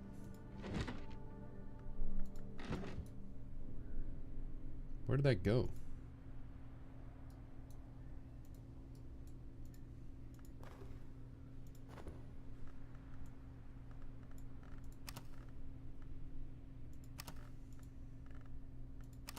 Maybe I used it to craft something?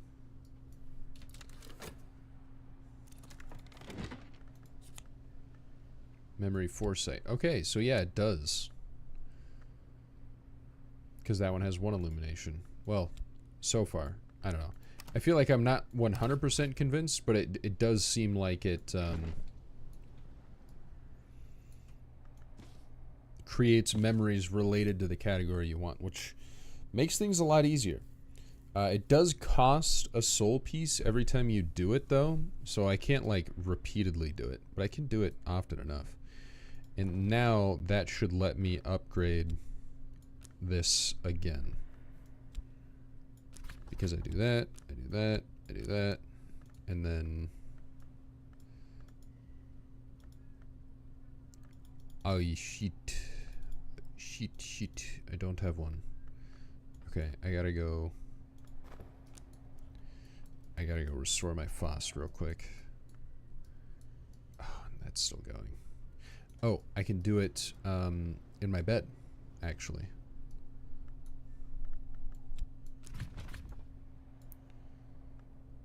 We'll have a, didn't I just get a room with like 3 cups of tea? Yeah. A nice cup of tea, a quick nap, and a warm bed.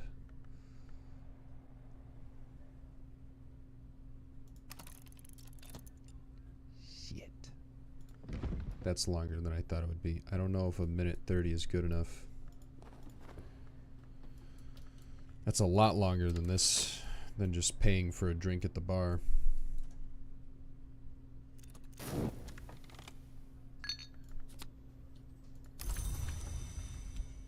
I guess I'll,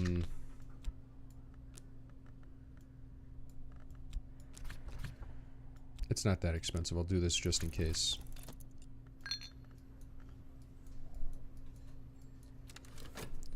Well, it's really only a couple seconds off now at this point.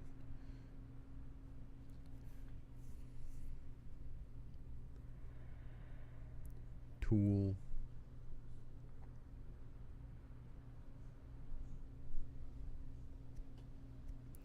You know, there's no exalted soul. Can I give him more than one? Oh, that's what collaborating is. Okay. So there we go. I have him at 8 exactly. The wind-proud gallery. This has long been a holy place, but the rites have gone too long unperformed. The windows are shattered, and only the wind walks here now. Yes. Okay, the only thing we're waiting on is the restoration of my soul. Okay, I actually had plenty of time.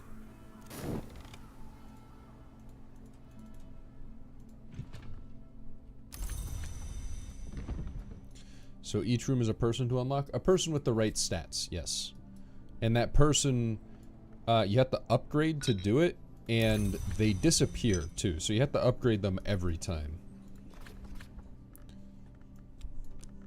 So like I just put in all that work to build this guy up to 8 sky to be able to unlock that room. But he's gone now. Now that I used him for that room, he's gone. So I gotta do that again to unlock another room. Unlocking a room is a decent amount of work. I'm no expert, but I'm no dabbler either.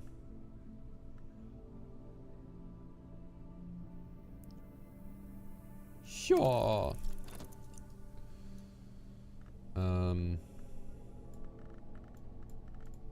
Let's see, that grants me 2 winter.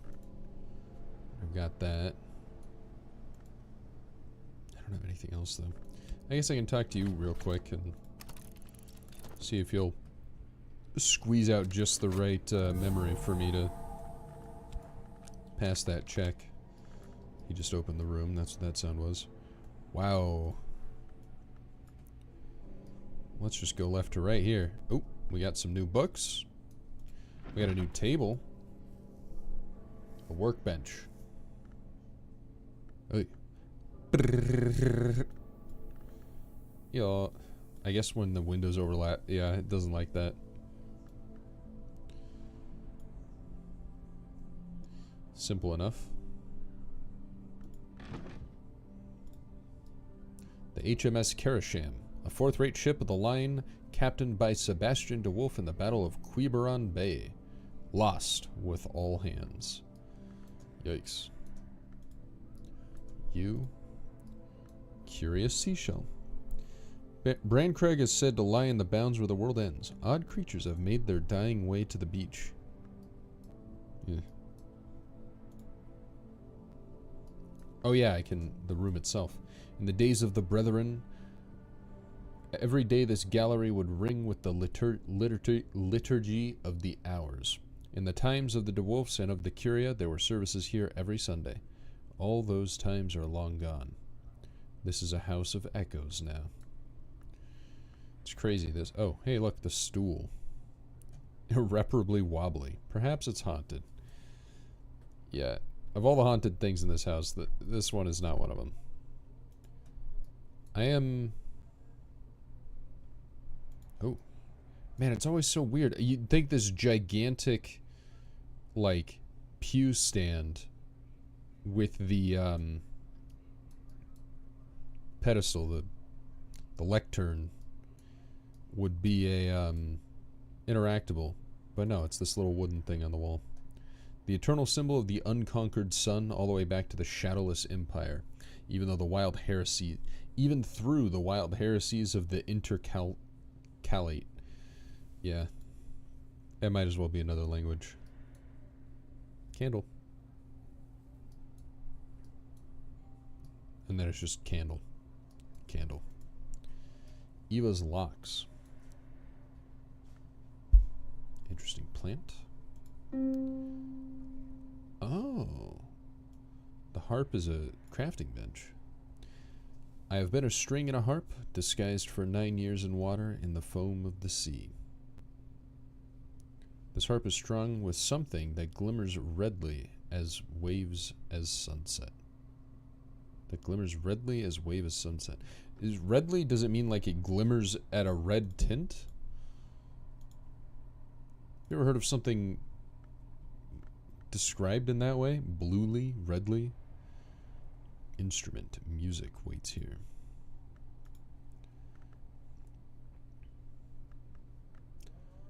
So I can play sound there. Memory for inspiration. I could use birdsong here to evolve my soul. I do have a couple birdsong. What do I have? I have rhythm and remembrance. I would have 2 Trist if it wasn't for the fact that one of them is sick. And then Hill and Hollow, which is my core, so I also can't upgrade that one either. If I put in the work to cure that, does this actually fit? Winter and moon. It has moon, so I could do it. How do I cure it? I have to rest with 5 sky aspect. And I think this bed is not sky. It is not. So I can't put sky aspect in there in the first place. Oh, maybe I can. I can with the drink. But I don't think I have a drink that restores... that has 5 sky aspect. This one is... no. It's the misty one. Where's the glass pitcher? No, it's also not the mist-kissed water. Shit. Okay, well I don't know if I have any drink that has sky aspect. So I need a bed with sky. Do you have sky? No. Does the infirmary bed have sky? No. Those are all my beds. So I can't cure my tryst.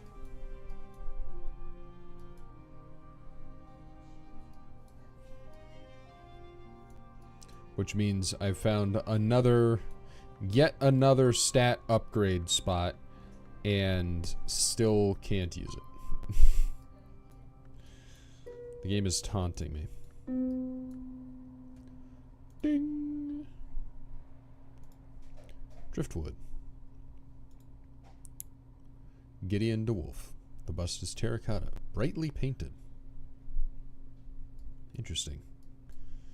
Terracotta bust. 9. 9.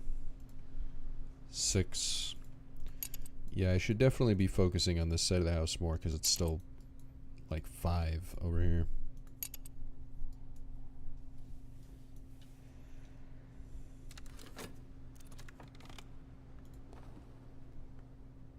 The skill is now level 3.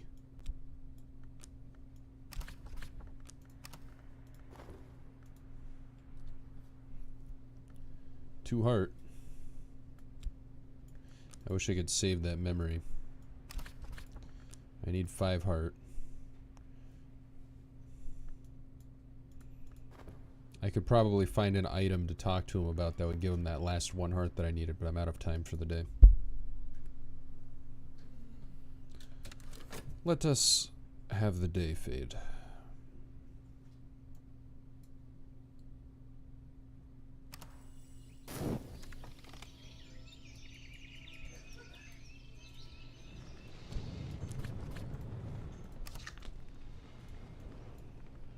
One, 2, 3, 4, 5, 6, 7, 8, 9. All 9 parts of the soul belongs to me. If you keep clicking it, it'll rickroll me? No.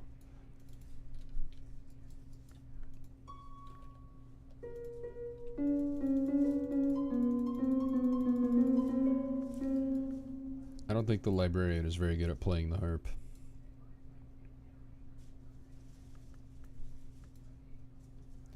Okay, so now that I know about the memories trick with rereading books and the skills that I have, I can really target books.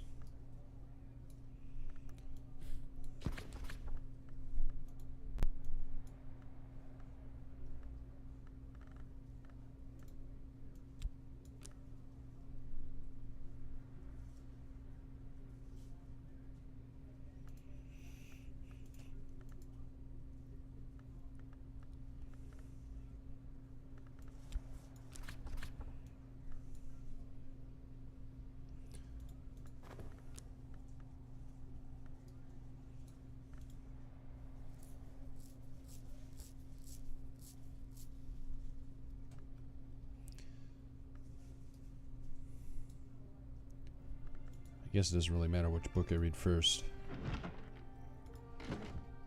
Let's grab one of my scale books.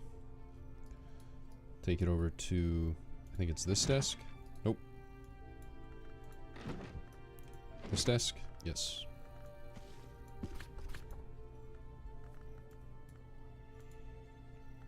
Take a little piece of my soul. There we go.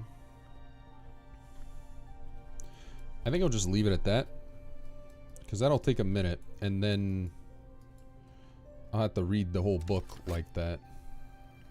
Oh, you know what? No. Because I can use the desk that I'm rereading books in to create memories. Is going to be the same stat as the book that I want to read. So I can also take this book. We'll go over to the desk with Winter. And I'll be able to reread multiple books.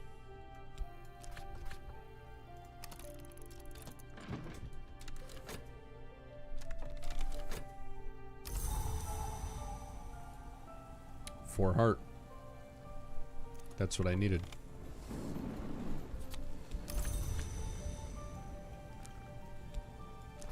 What a terrible storm we're having today. Isn't that right, Mr. Denzel the blacksmith? Please talk to me about the lovely, lovely weather.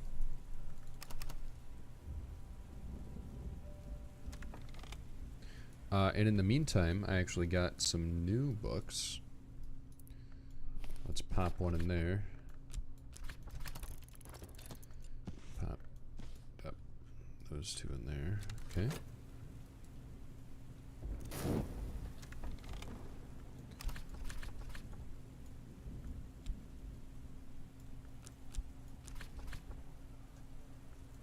Five heart.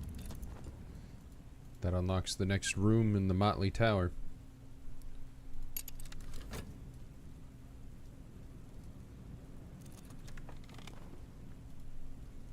$16 heart. Whoa. That one I will not be reading anytime soon. It is written in Aracapian, though. That is the one extra language that I know. So if I do have the opportunity, I don't know how I could possibly reach 16 heart at this stage of the game. But if it comes up, I can read that book.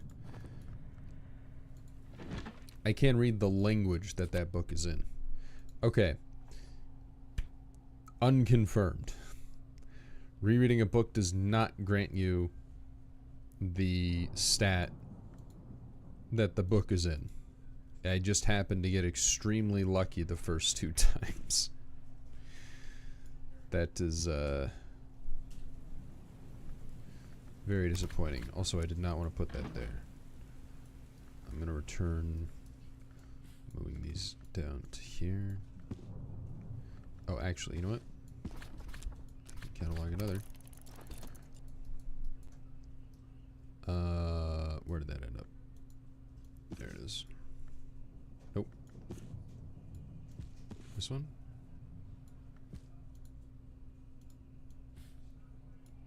Wait. Did it go all the way back here? That was a scale book. I don't remember. I don't think it did. I have no idea where that book went to. Oh! It went onto the floor. Huh.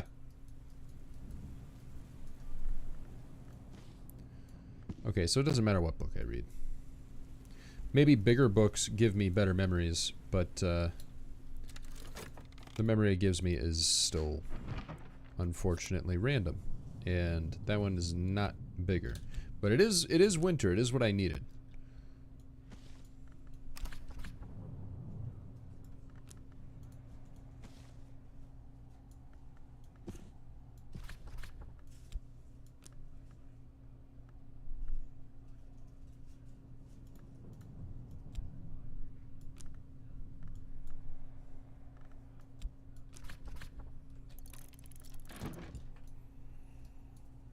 That book is now read.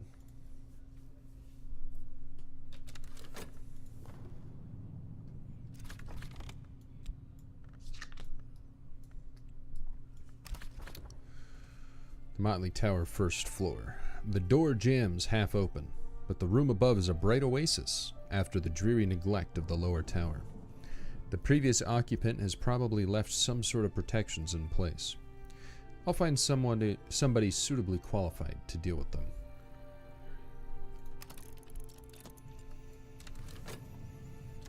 And actually, I believe as soon as I put him in there, I am able to resummon him.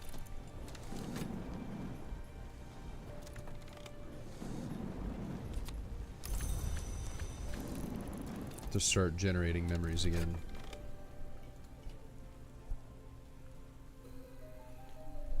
Written in Fusine.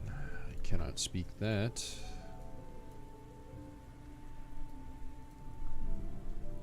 This is my foreign language shelf. And I have 2 books that I need to learn Fusine for.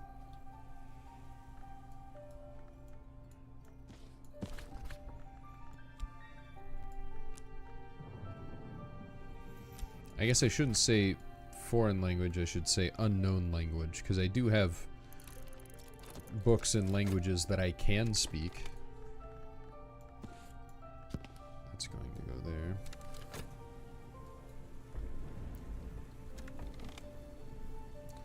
Let's make more money.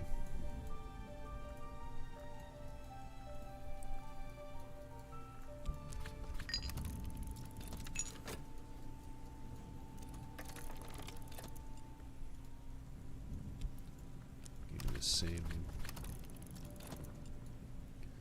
2 Rose, 2 Moon. What are the books I have over here? Nectar, Light, and Knock. I don't really have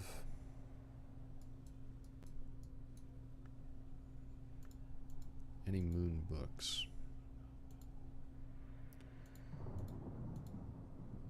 I should probably move all these.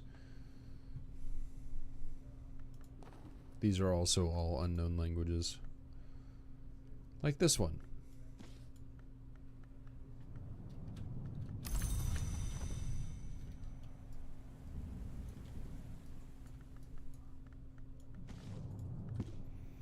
Need to get better using the hotkeys properly.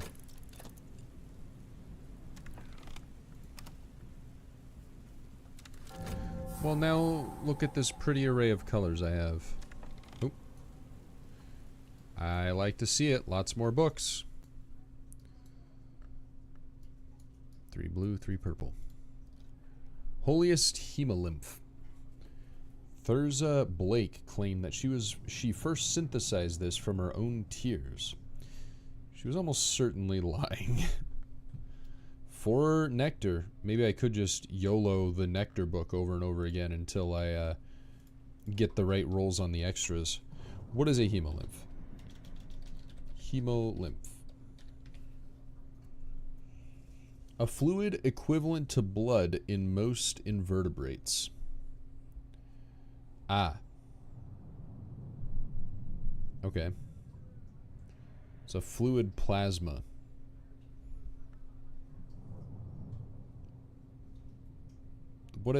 What?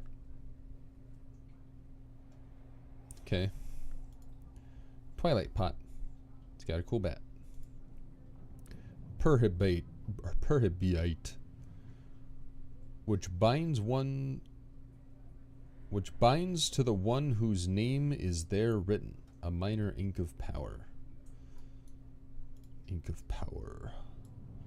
Urn of Ashes. Some poor soul who probably won't mind if they're repurposed for a worthy experiment. I probably wouldn't. Red Lotus Vase. Subtle Ornament. Love in a Quiet Place. One of Dr. Levinson's prefigures. Oh yeah, what is this room? Elopoly's Nook. Christopher Elopoli, poet, painter, archivist, ruiner of seances, stayed on for a while at Hush House after the Great War. The librarian, Serena Blackwood. Oh, good to know that she's one of the librarians. But what number librarian? Arranged rooms for Elopoli in the Motley Tower, ostensibly so he could help with the collection, but perhaps also because she saw a potential ally against the governor of the Cucurbit? Relations between the Cucurbit and the house were badly strained at the time. Yeah, sure. It's a decent copy of a Picasso painted 20 years before Picasso painted the original. Brian Levinson, up to his tricks again. You and your prophetic paintings. Oh, he's done this several times. One of Dr. Levinson's prefigures. A close and impossible copy of a painting. Oh, yeah. I just read that. His mirror dreams. Copy of a painting that would not be committed to canvas by the real artist for 20 years. Oh, barber's chair. Evolve via preservation. I think I only have one preservation skill. And that... is this one? No, I haven't committed it yet. Which one? This one. Health. I can do this. I just need to wait for my health to get unfatigued. I was actually planning on this being my last day. This bust is shaped from beeswax? I was planning on this being my last day for the day. That's a fun way of putting that. So I think I'm just going to go spend the money to regen this health so that I remember I'm on the right track.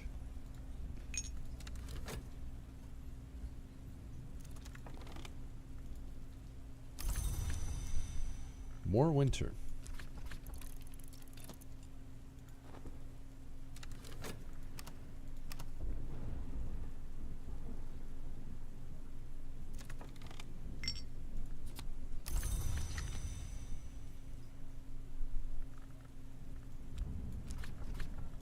No.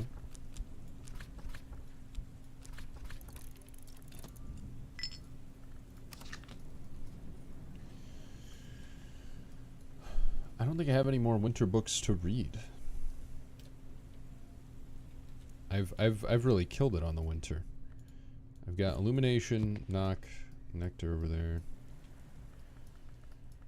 I've got like a fat winter book. Yeah, I've got a 10 winter book. That 2 is not going to help me. Well, 2 and then the 2 stat on the winter card, which is disabled. It's where is it? It's Whist. Where's my Whist? Oh, I was in the middle of reading a book. Right now. I forgot about that. It's still going. It's almost done. So yeah, I can get 8 easy.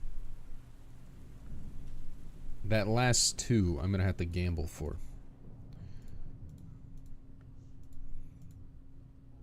Oh, I do have another 8 book, actually. Well, it doesn't matter though, because I just used my Whist anyway.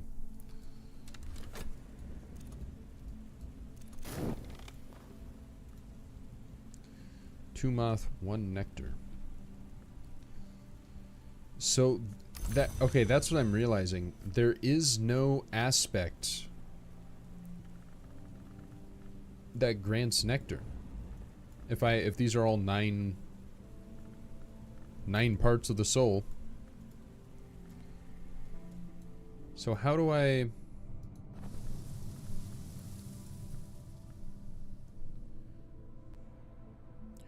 Okay, it has to have heart. But then the knowledge has to have nectar. So I need a nectar skill.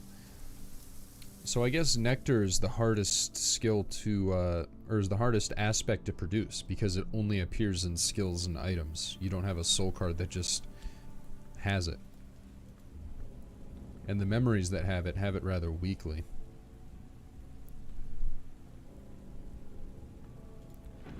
Let's see what we got from the book.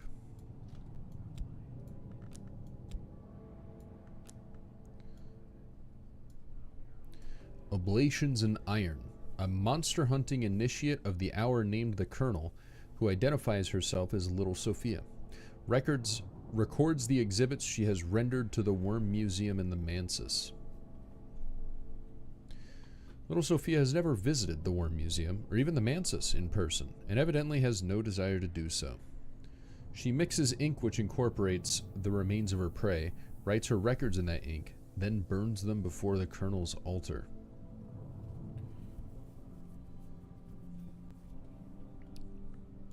That's interesting.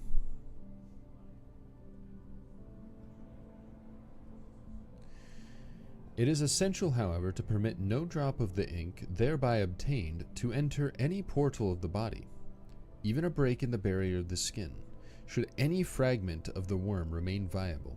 It might enter thereby, and the hunt's ultimate conclusion be melancholy indeed.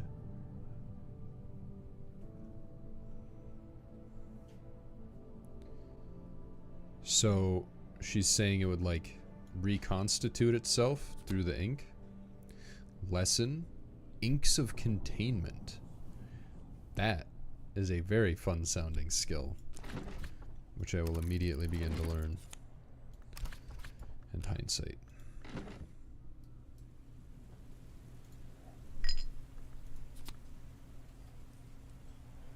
Oh, I'm an idiot. I did it backwards. Wait.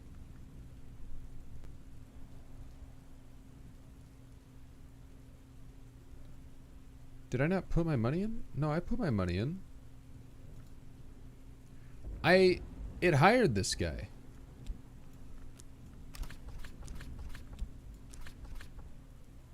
I was not paying attention. I wanted to refill my health.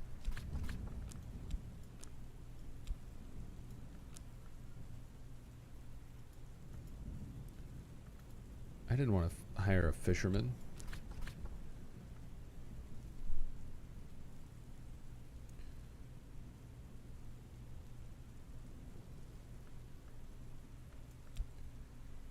Ah, the heart doesn't count as a soul card. So instead of seeking unusual help, that just hired a fisherman. Man, I screwed that up. What a waste of money. I don't even think I have like a room that needs moon. I don't have enough time to set them up to clear a room that needs moon.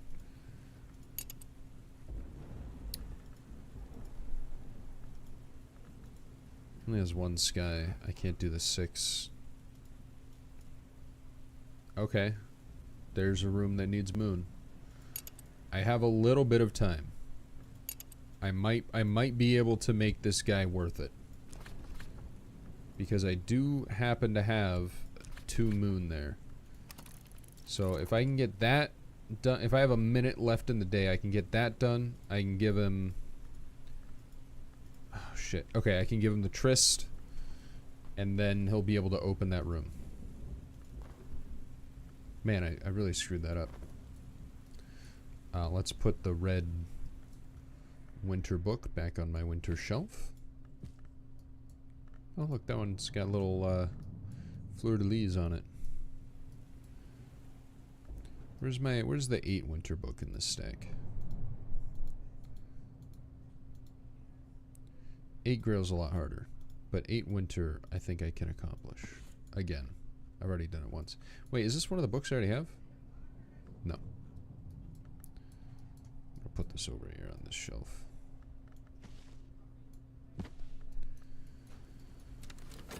Okay.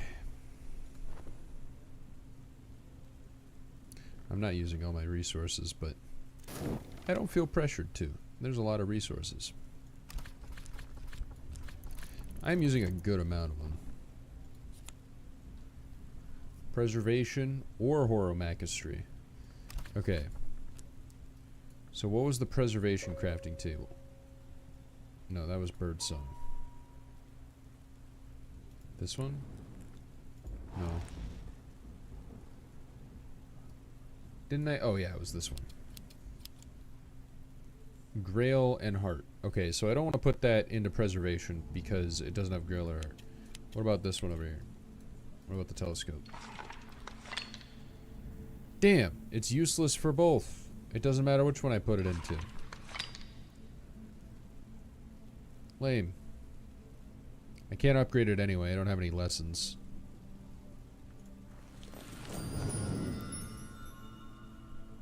Because both, yeah, horomachistry and preservation already have a skill in them.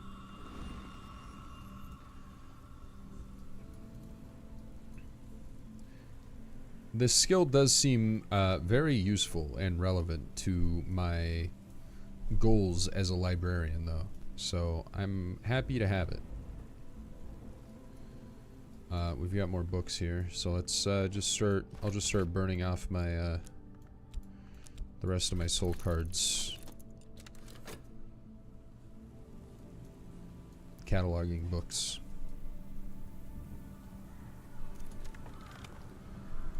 Okay. There you go, fisherman. I didn't even look at what this one is. 6 heart, 6 moth. Oh, and the other one. So this is probably 6 heart, 6 moth, and this is probably 7 heart, 7 moth.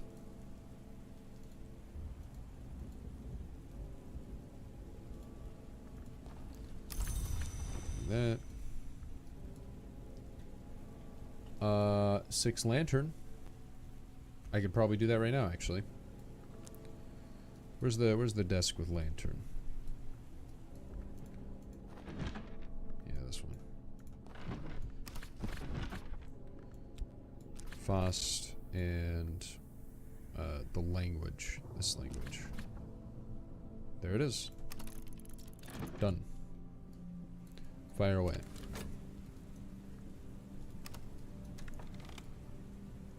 More books.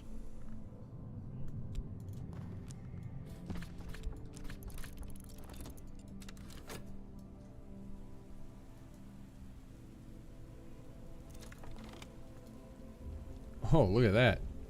A novel method for invocation and contrition. That's fun. I can read it, high stat, but I've got the language. I gotta stop saying I can read it. It's not true. I can't read it. I'm not even close to being able to read it. 14 is so far out of reach for me.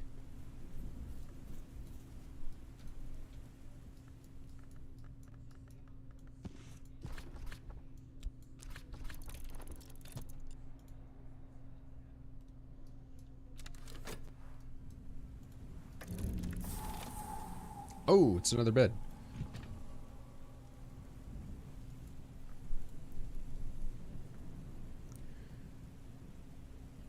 Still not the bed I need.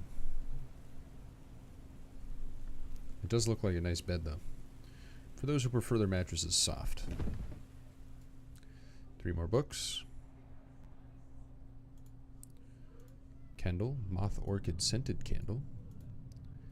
Abduction. Salvation. Either interpretation is plausible. Is he stealing the woman away? Or is he saving her? That looks like he's stealing her, honestly. Veiled Goddess Lapsang Suchong. Named for an enigmatic minor deity whose charge is the healing of burns. Interesting. Ashertine. Lies written in Ashertine tend to fade or be misspelt. It's legible in the dark. An ink of revelation. A glow-in-the-dark ink that you can't properly write lies in. That is powerful. Chimeric larva approaching the chrysalis crossroads. Oh, what is that icon? It's a beast. And cooperative, so it is actually alive. No trouble at all, at least for now. I think I need to keep an eye on this. If it suddenly cocoons...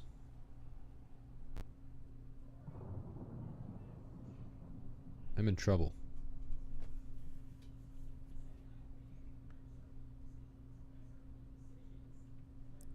It's chimeric too, so it doesn't belong to a single species, and it also doesn't describe what species it may be a chimera of. Or wait, that's like the crazy interpretation. I think it's actually chimeric just because it's white and black. Still don't know what it's a larva of though, which is worrying. Another 6 knock. Ooh, interesting. It's a sequel to... it's the same author. The monster hunter who donates their hunts to a museum in dreams. I don't think I have enough time for another one.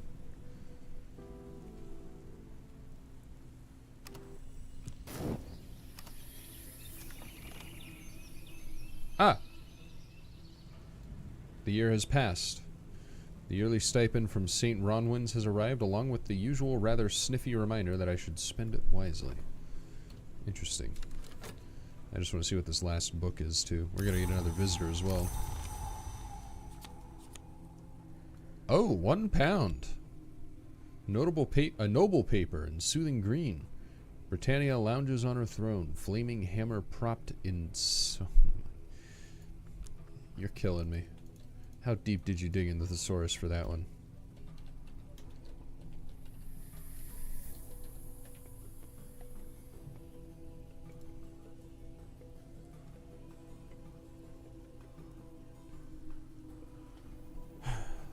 Free... How do I even say this word? Insouciant? Insouciant? Insouciant. Insouciant. Insouciantly. Okay. Insouciant. Free from concern, worry, or anxiety. Carefree, nonchalant. I'm gonna become master of the spelling bee at this rate. Insouciant. Man, sorry, I got sidetracked in that description. But that's with 240. This is the most money I've ever had. And then the book.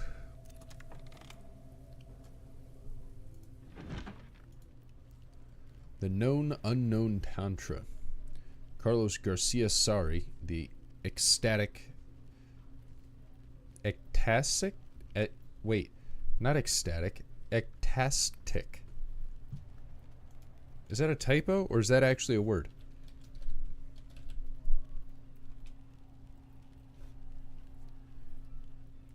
Google auto-corrected me to ecstatic. Yeah, that must be a typo.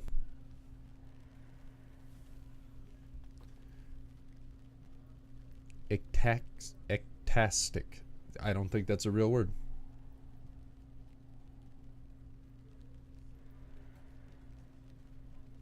I've looked it up and I don't see it.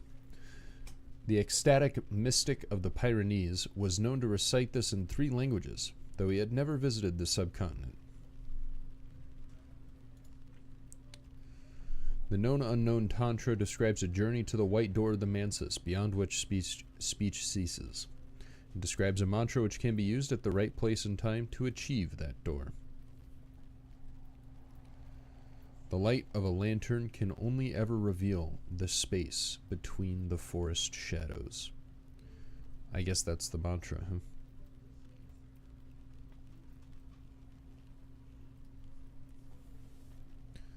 Interesting. If we ever... it may be possible. So I did point out there is a painting of the Mansis from Cultist Simulator right here. With even the markings of where each door was. It may be possible that we will travel to the Mansis at some point in this game. It doesn't seem like a mechanic yet, but it could happen. The Watchman's Paradoxes. Of all the hours, that's the one I'm most familiar with. The Watchman was... I never won, but the Watchman was the god, or the hour or whatever, that I worshipped in Cultist Simulator every run, trying to succeed with. Go up there with all my other Illuminate books.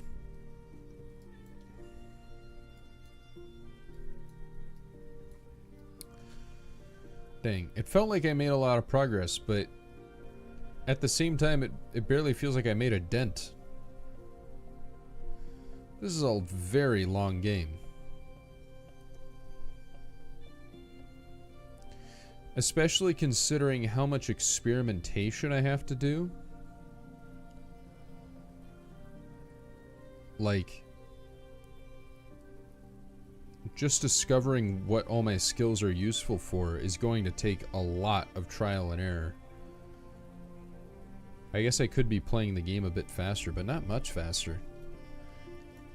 Like, I opened 1, 2, 3, 4, 5, 6 rooms in 4.5 hours of playing, and there's this many rooms. That's nuts, dude.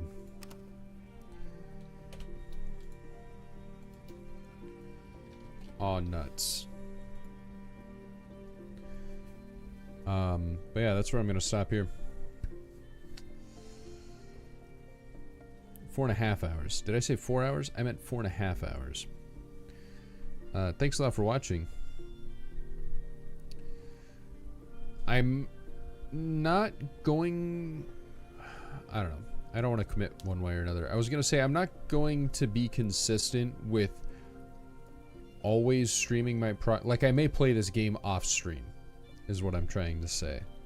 Considering the length, if I find something else that I want to stream more than this, that will take precedent. But if I do sit down for a session of exploring the Hush House and I feel good, I'll stream it more. I do enjoy streaming it. I feel like it's a very background noise stream, you know? I don't think it's a stream that most people can be engaged with.